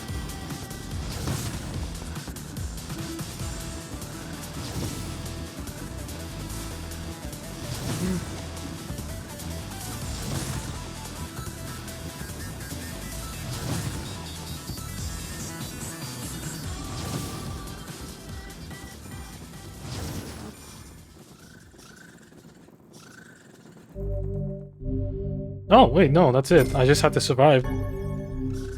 Okay.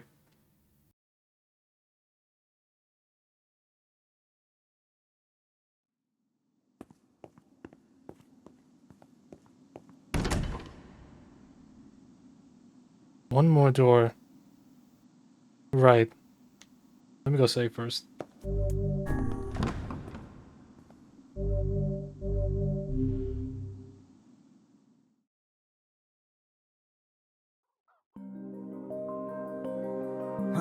Something wrong? I feel I know what you...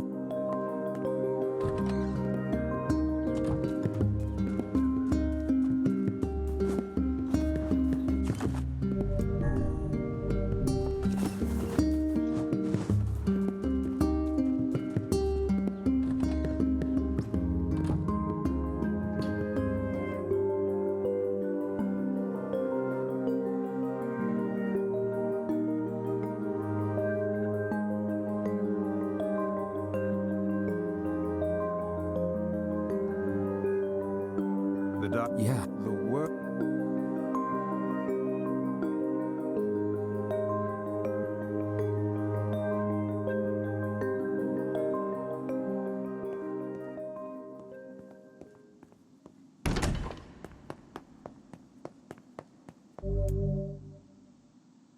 My soul's at least level 33. Oh boy. What level am I at now? 31. Might be tough. I'll give it a try at least.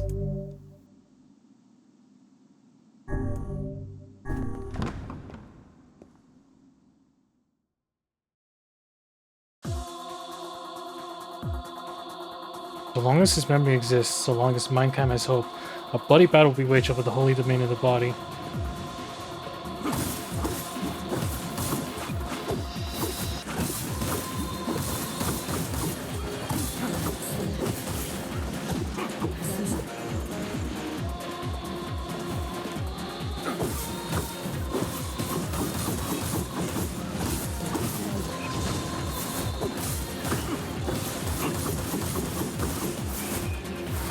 And I see all the shades are armored now.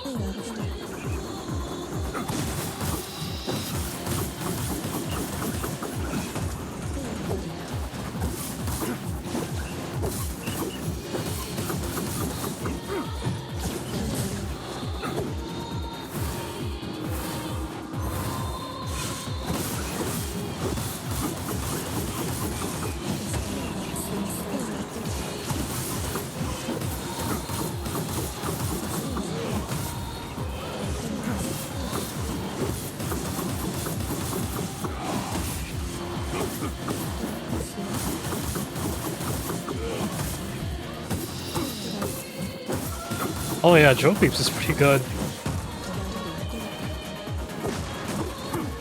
I forget how much they charge though for a large.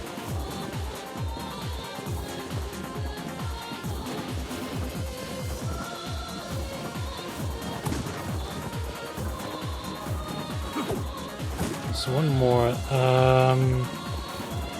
Let me think. Around me.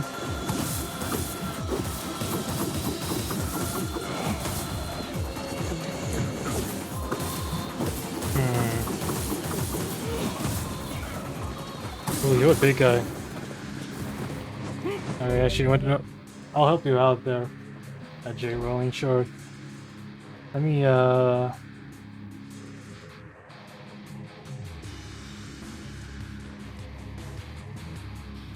that's not the right one.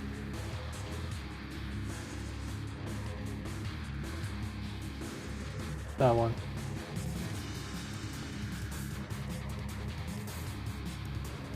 I gotta go check how much the large cost.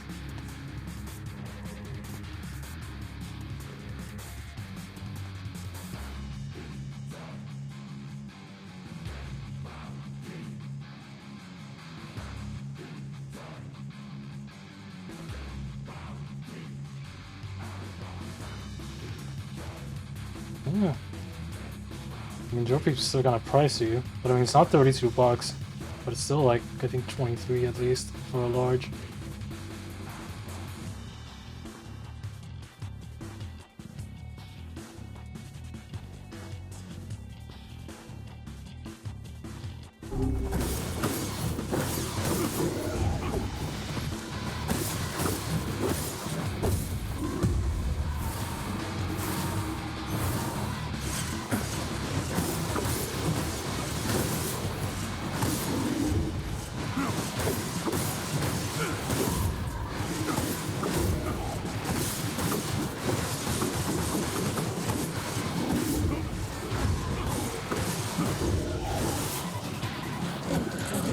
Oh, nice. There we go.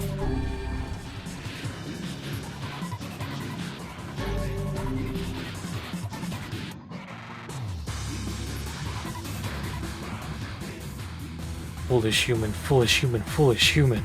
Foolish vessel. Rio.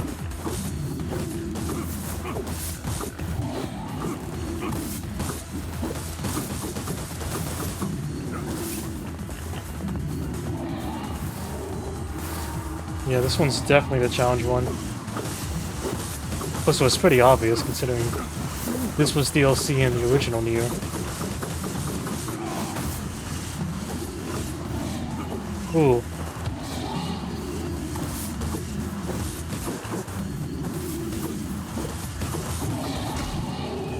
Ow.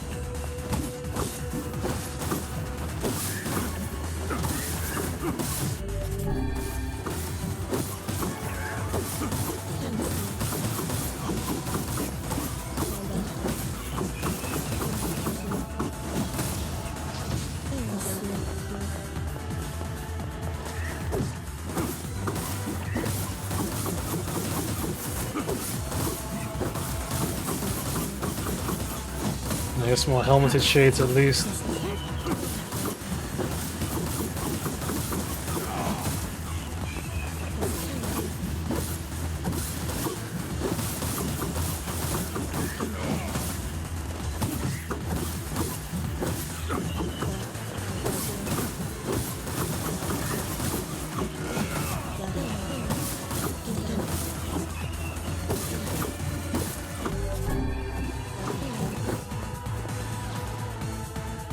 Alright.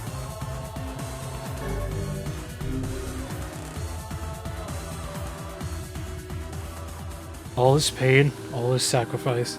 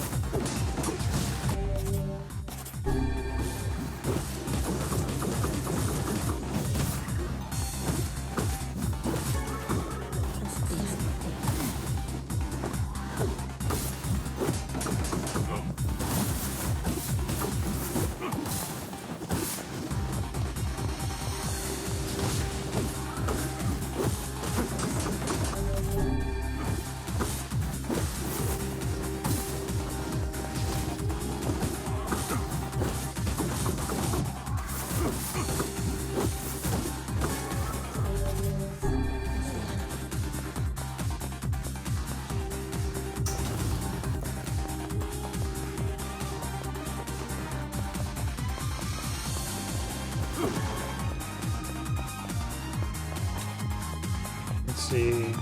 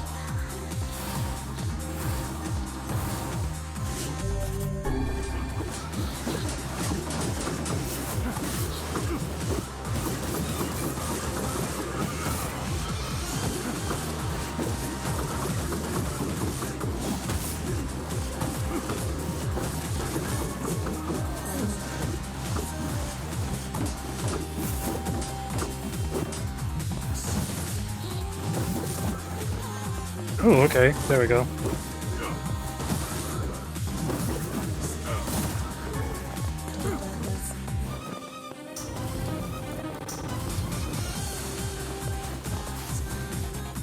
see. There we have.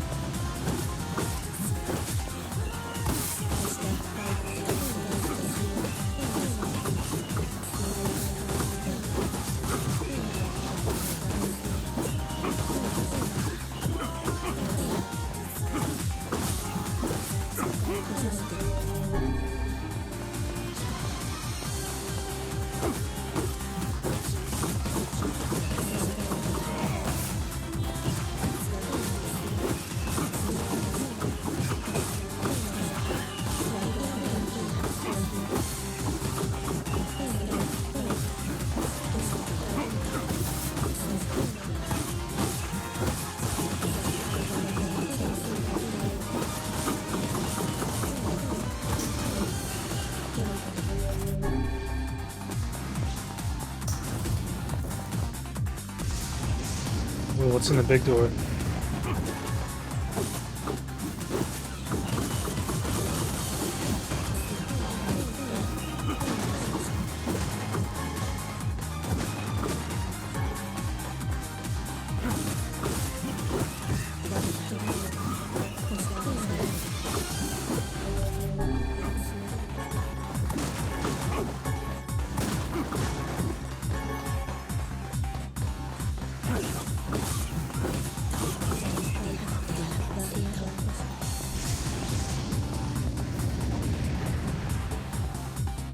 Seems we have.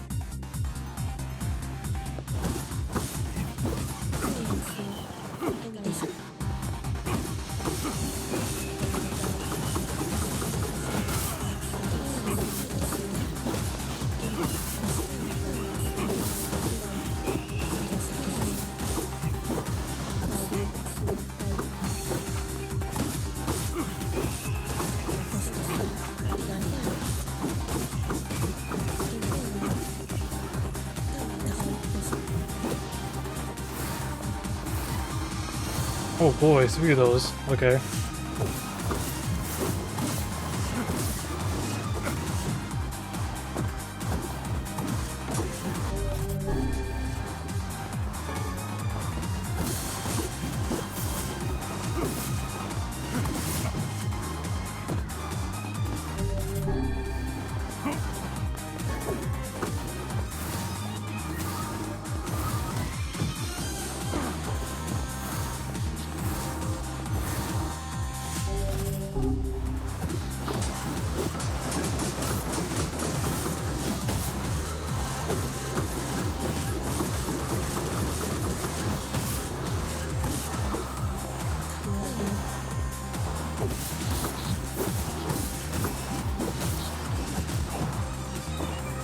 Ow.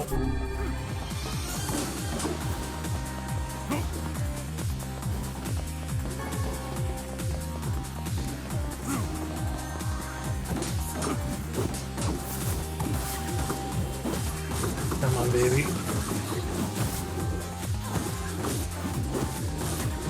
Go.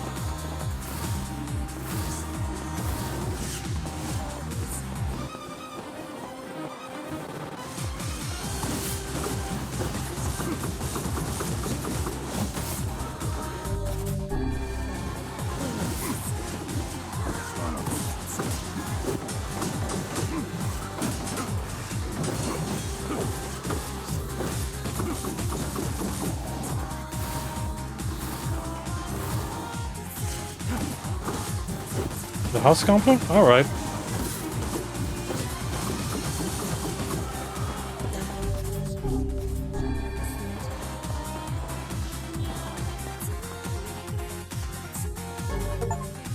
Sweet. Oh yeah, there we go. That's every weapon in the game. I'm all set for the third playthrough though. Now. Do not bring back the light, do not bring back the vessel, do not bring back the future, do not bring it back. Yeah, New York pizza is pretty sweet.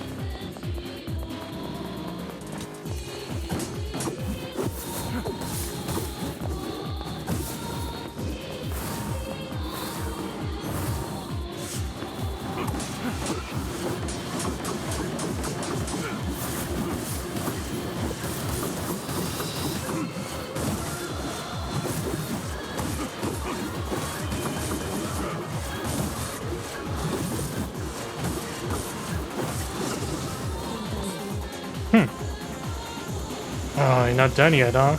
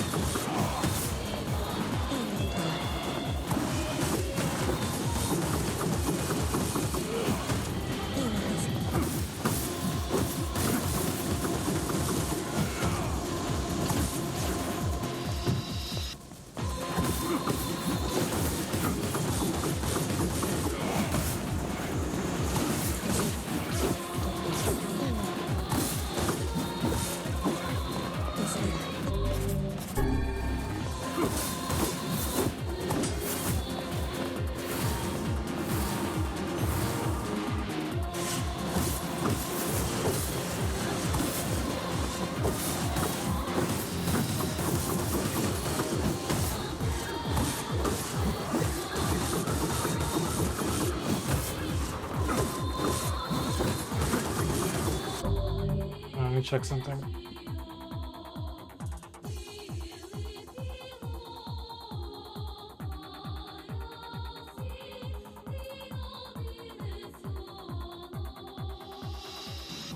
Okay.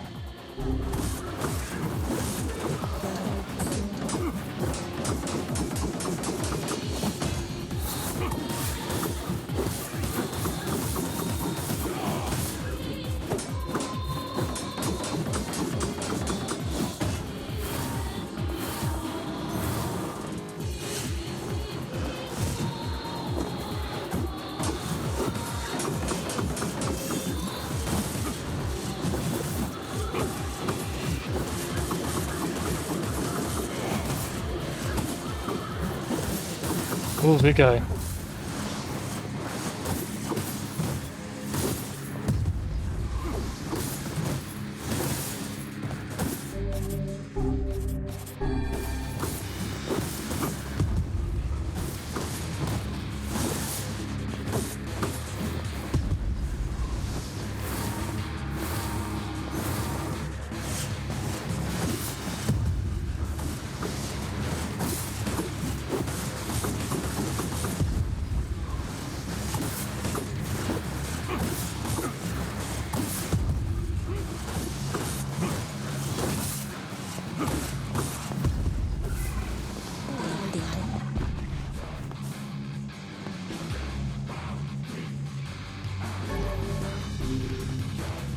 Yeah. Okay, there should be one more. Every beam of life is an invitation to death.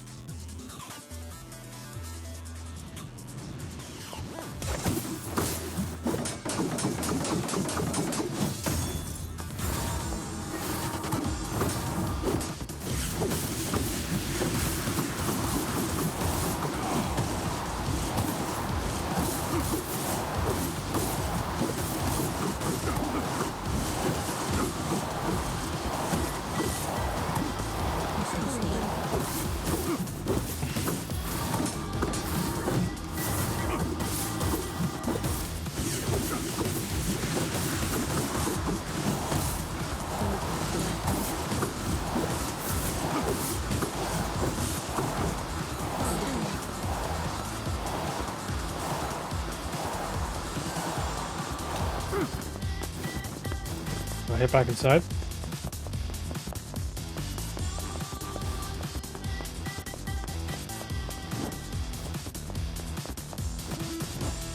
Oh, I head down. Okay.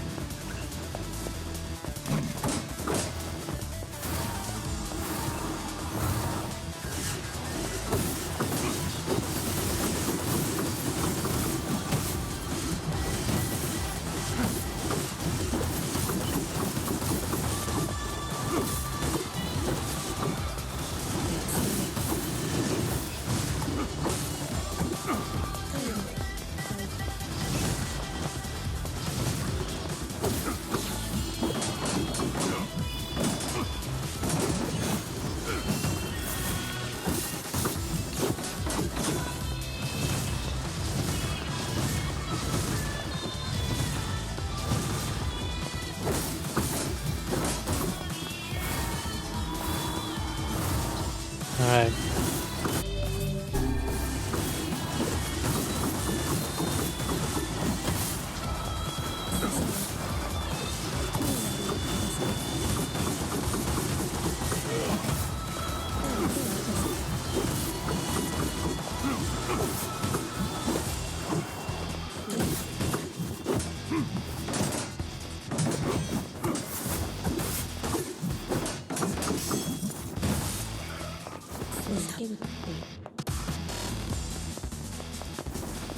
Okay, where? Here.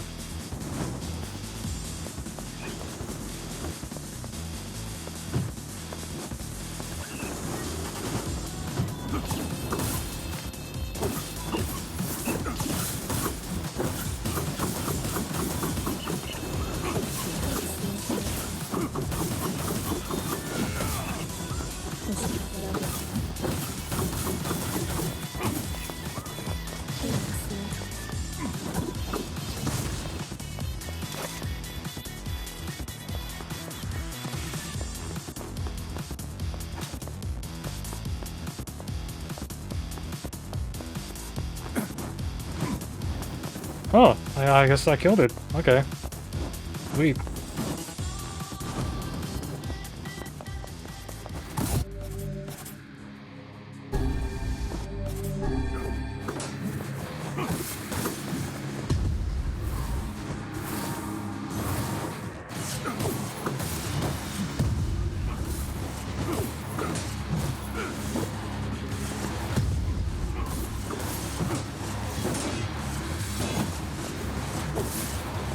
I need to get it from behind. There we go.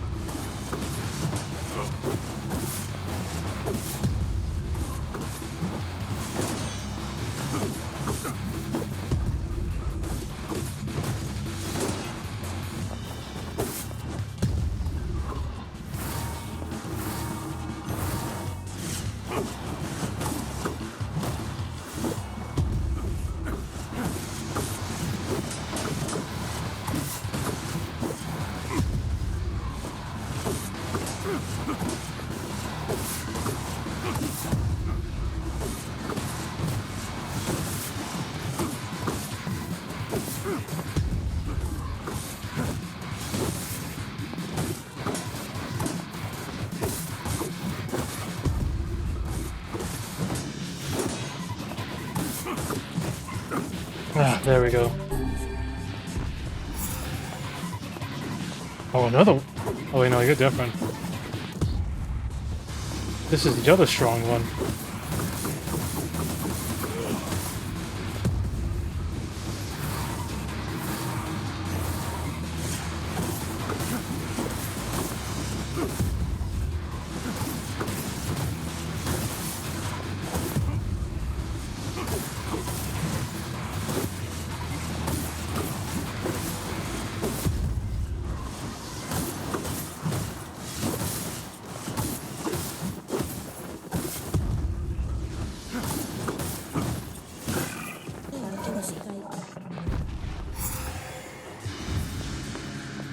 Oh.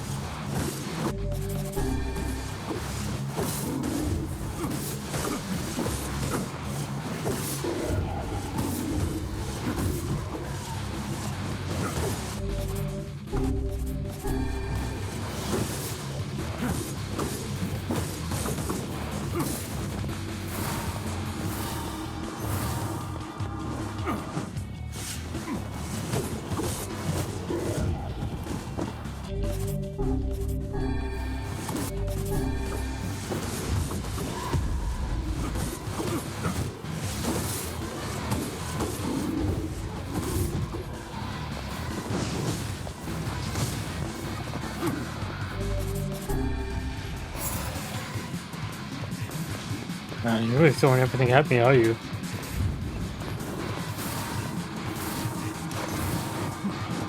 Can I face this one? I don't remember finding one of these with like the giant.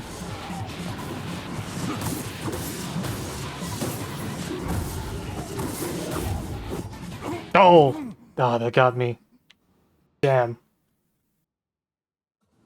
I should have kept better track of my health.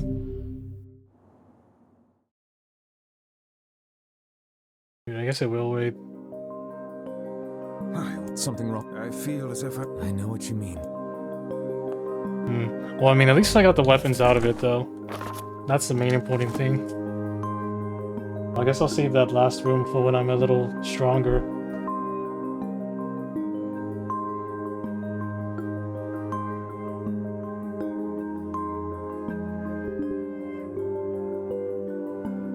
What the hell? No, I don't want to launch you.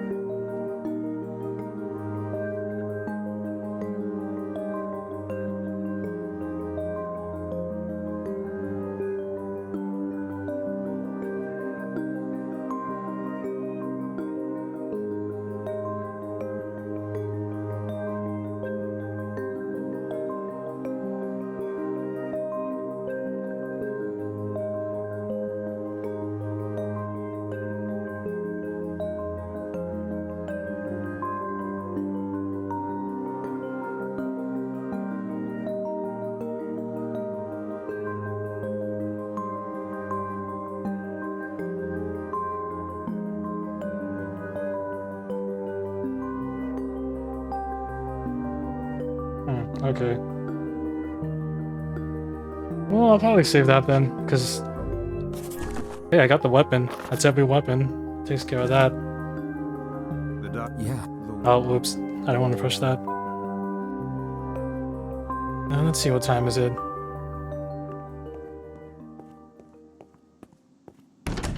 Yeah, I guess I'll save that.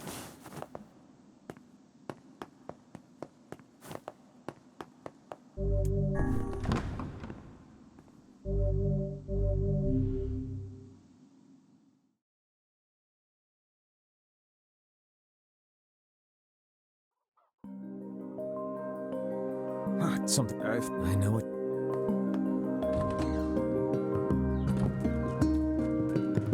You want to see how much stronger I've gotten?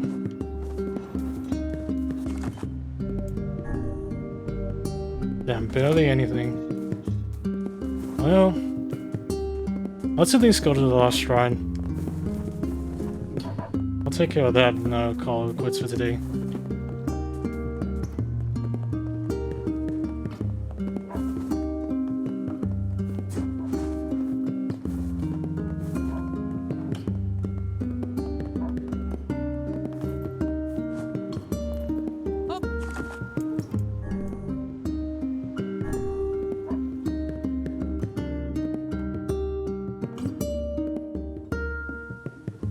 Lost Shrine's up as well as this. Let us.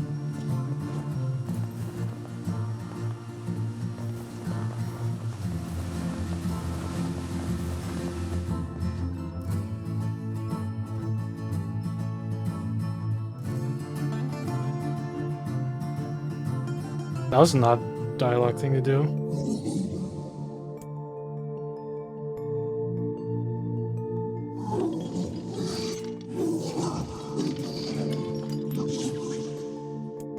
I'm different.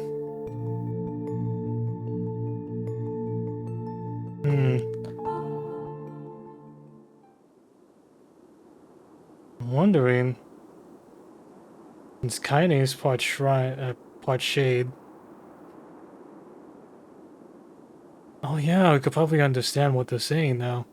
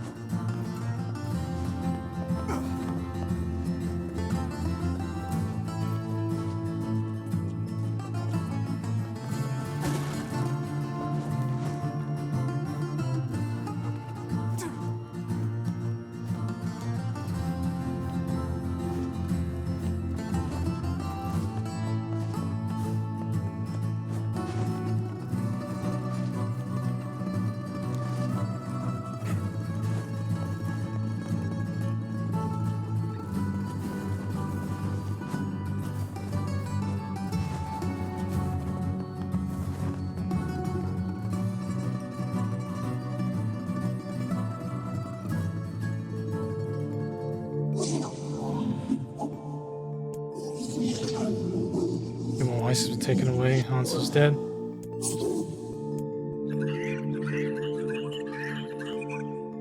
What?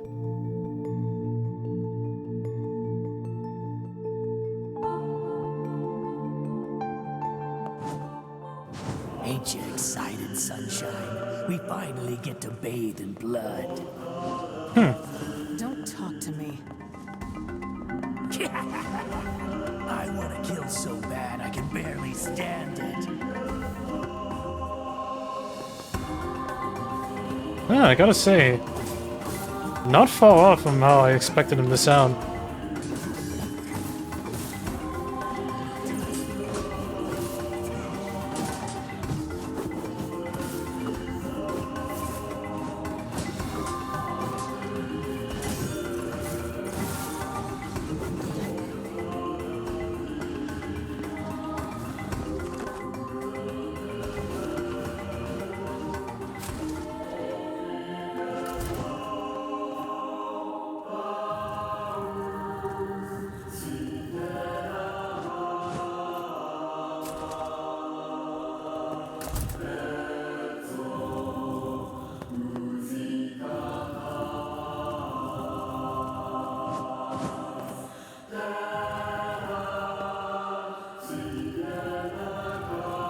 There we go. This is all too easy. Damn right, that's why I'm avoiding them.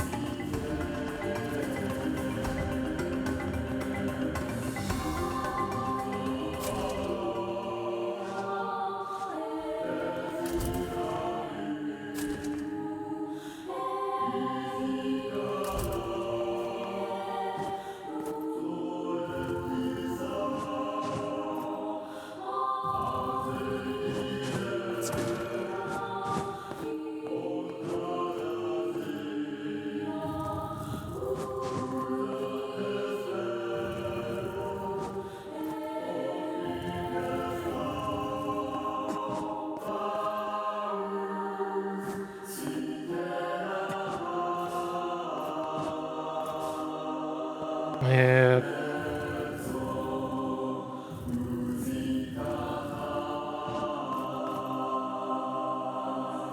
No.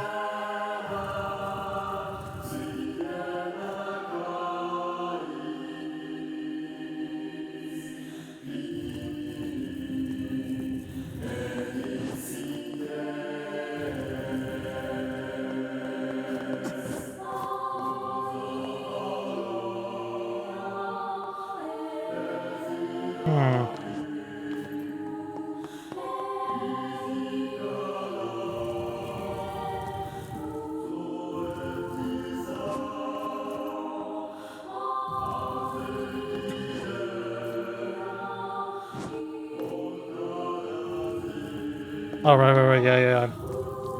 Gotta push that to the wall.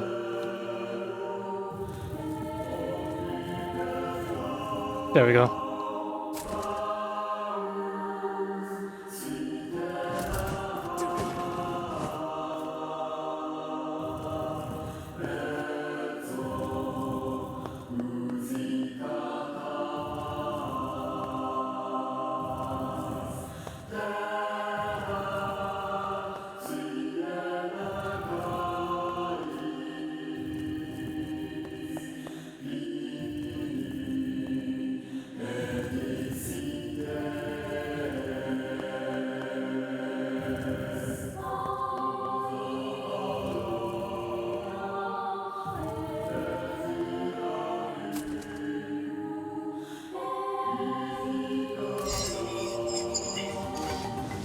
And back. What's with these guys? Certainly not your garden variety, Shades. Their bodies aren't fully functional. Say, I've heard of this. A cursed area where incomplete shades gather.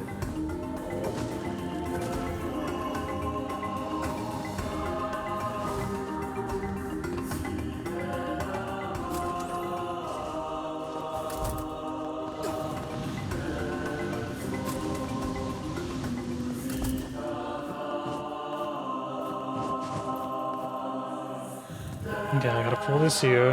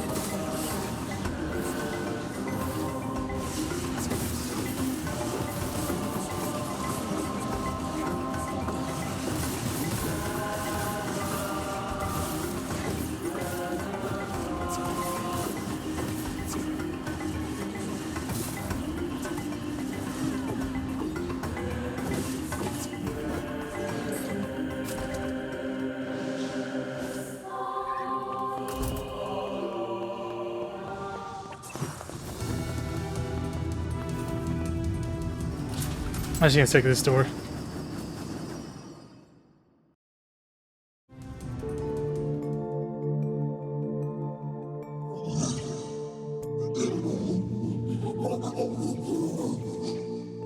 What a change.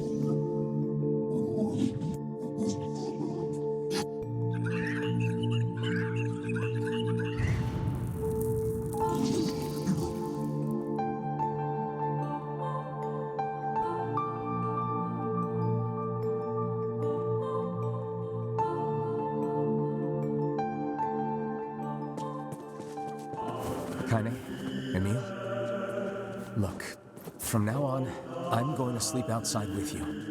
Why? I can't accept that you aren't allowed in the village. It's stupid. So you're staging a protest? Fun! Don't waste your time. But it just feels wrong. Well, that's really nice of you, but you still don't have to stay out here with us. You got a super important mission. You can't sleep out in the rain. What if you catch a cold? Besides, I like camping with Kaine. Sometimes we sit around the fire and tell stories, or roast... Emil, that's enough. I got a fucking image to maintain. Don't worry, Kaine, we know now.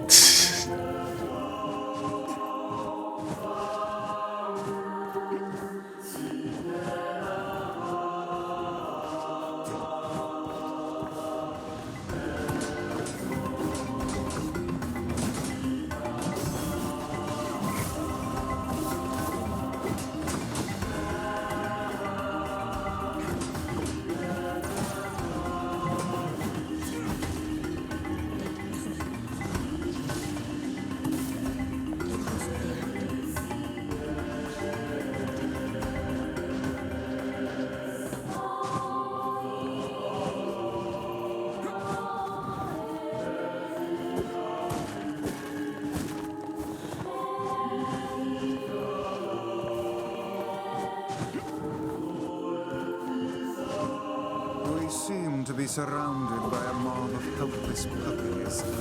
Just kick him aside.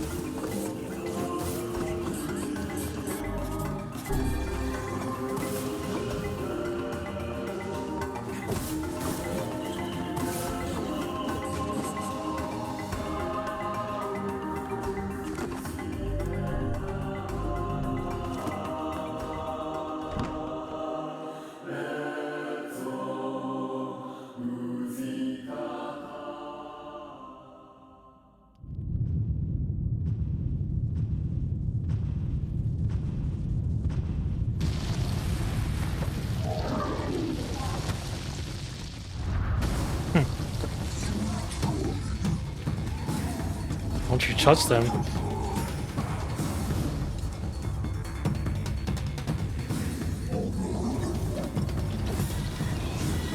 What's going on?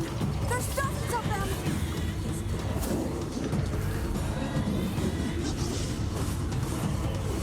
These are creatures of the darkness. Lure them to the light.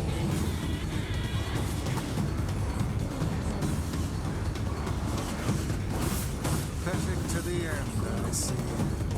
Aim for that statue. It's the leader.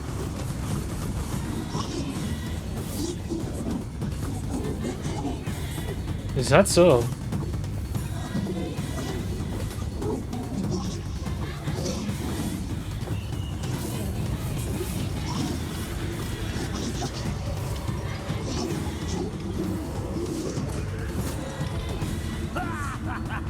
Oh, you're funny. I'm gonna start crying.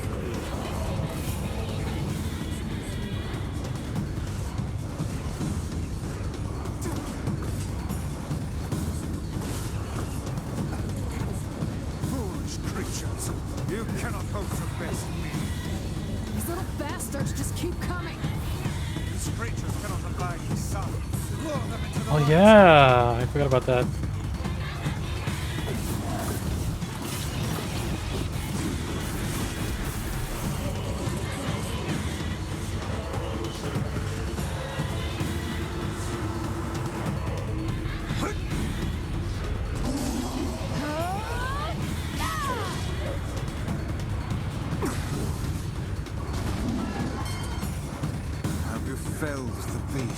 No.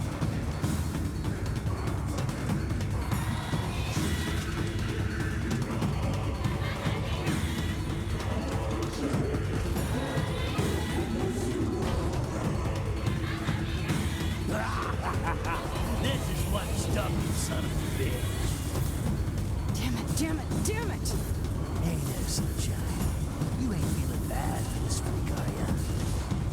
Ain't no turning back now. You gotta lust for blood. Embrace the slaughter. All we know is the thrill of battle. Ain't that right, Kaine?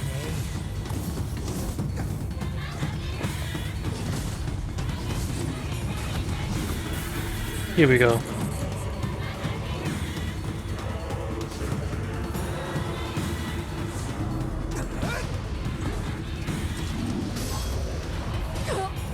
Ooh.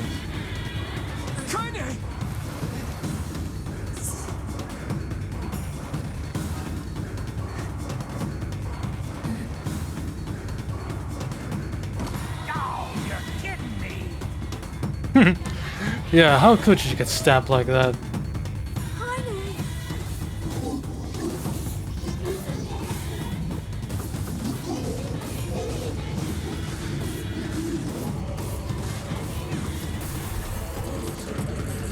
Let's go.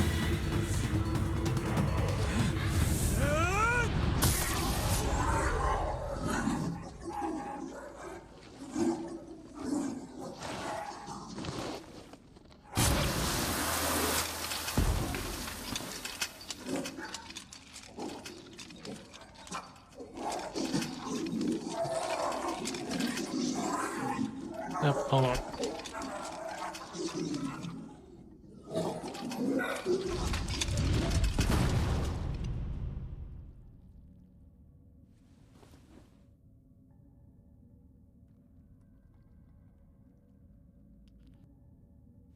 Kaine! Are you alright? Kaine! I fear there is little we can do for her. No! Kaine!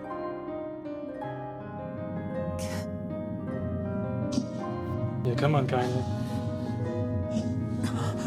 What is happening? It's all over for you, sunshine. Kaine! Kaine!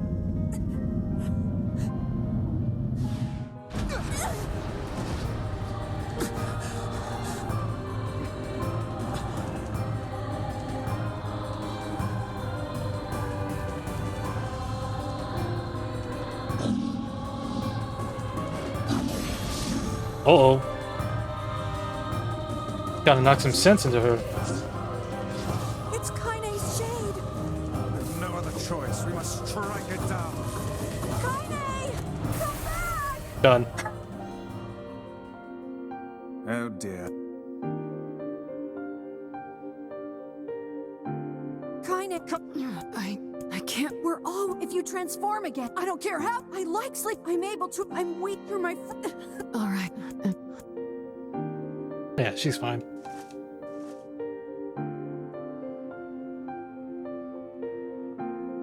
Yeah, give me that first piece. Over the...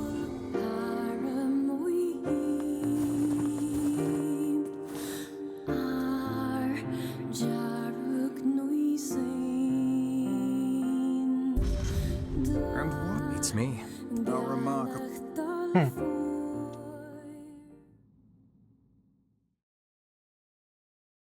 It's Can you... this given that there's sack the lock, the met Lloyd the lock, and but Not a, if we want. Oh, They're just. it's a deep. Yeah, well, But because... the junk heap in the fort. please be. Oh, and Mm-hmm. oh,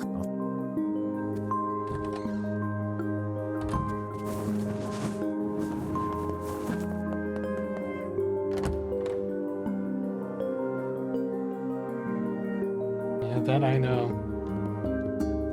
Go, Jumpy. Hopefully, perhaps... Okay. Well, for now, I shall stop here. Let's go ahead and save. Yeah, here's a good place to stop for now. But alright, I'll call it quits there for now. I'll keep going through ending B next time. Yeah. So yeah, if you enjoyed this stream, make sure to follow me on Twitch, Twitter, and Blue Sky. If you missed any of my other streams, you can catch the VODs on my VOD channel along with this VOD. This has got to be my main channel, and join my Discord. It's pretty epic. I'll leave a link to it here or in the description of this VOD. But yeah, in any case though, ta-ta for now, and I'll catch you again next time.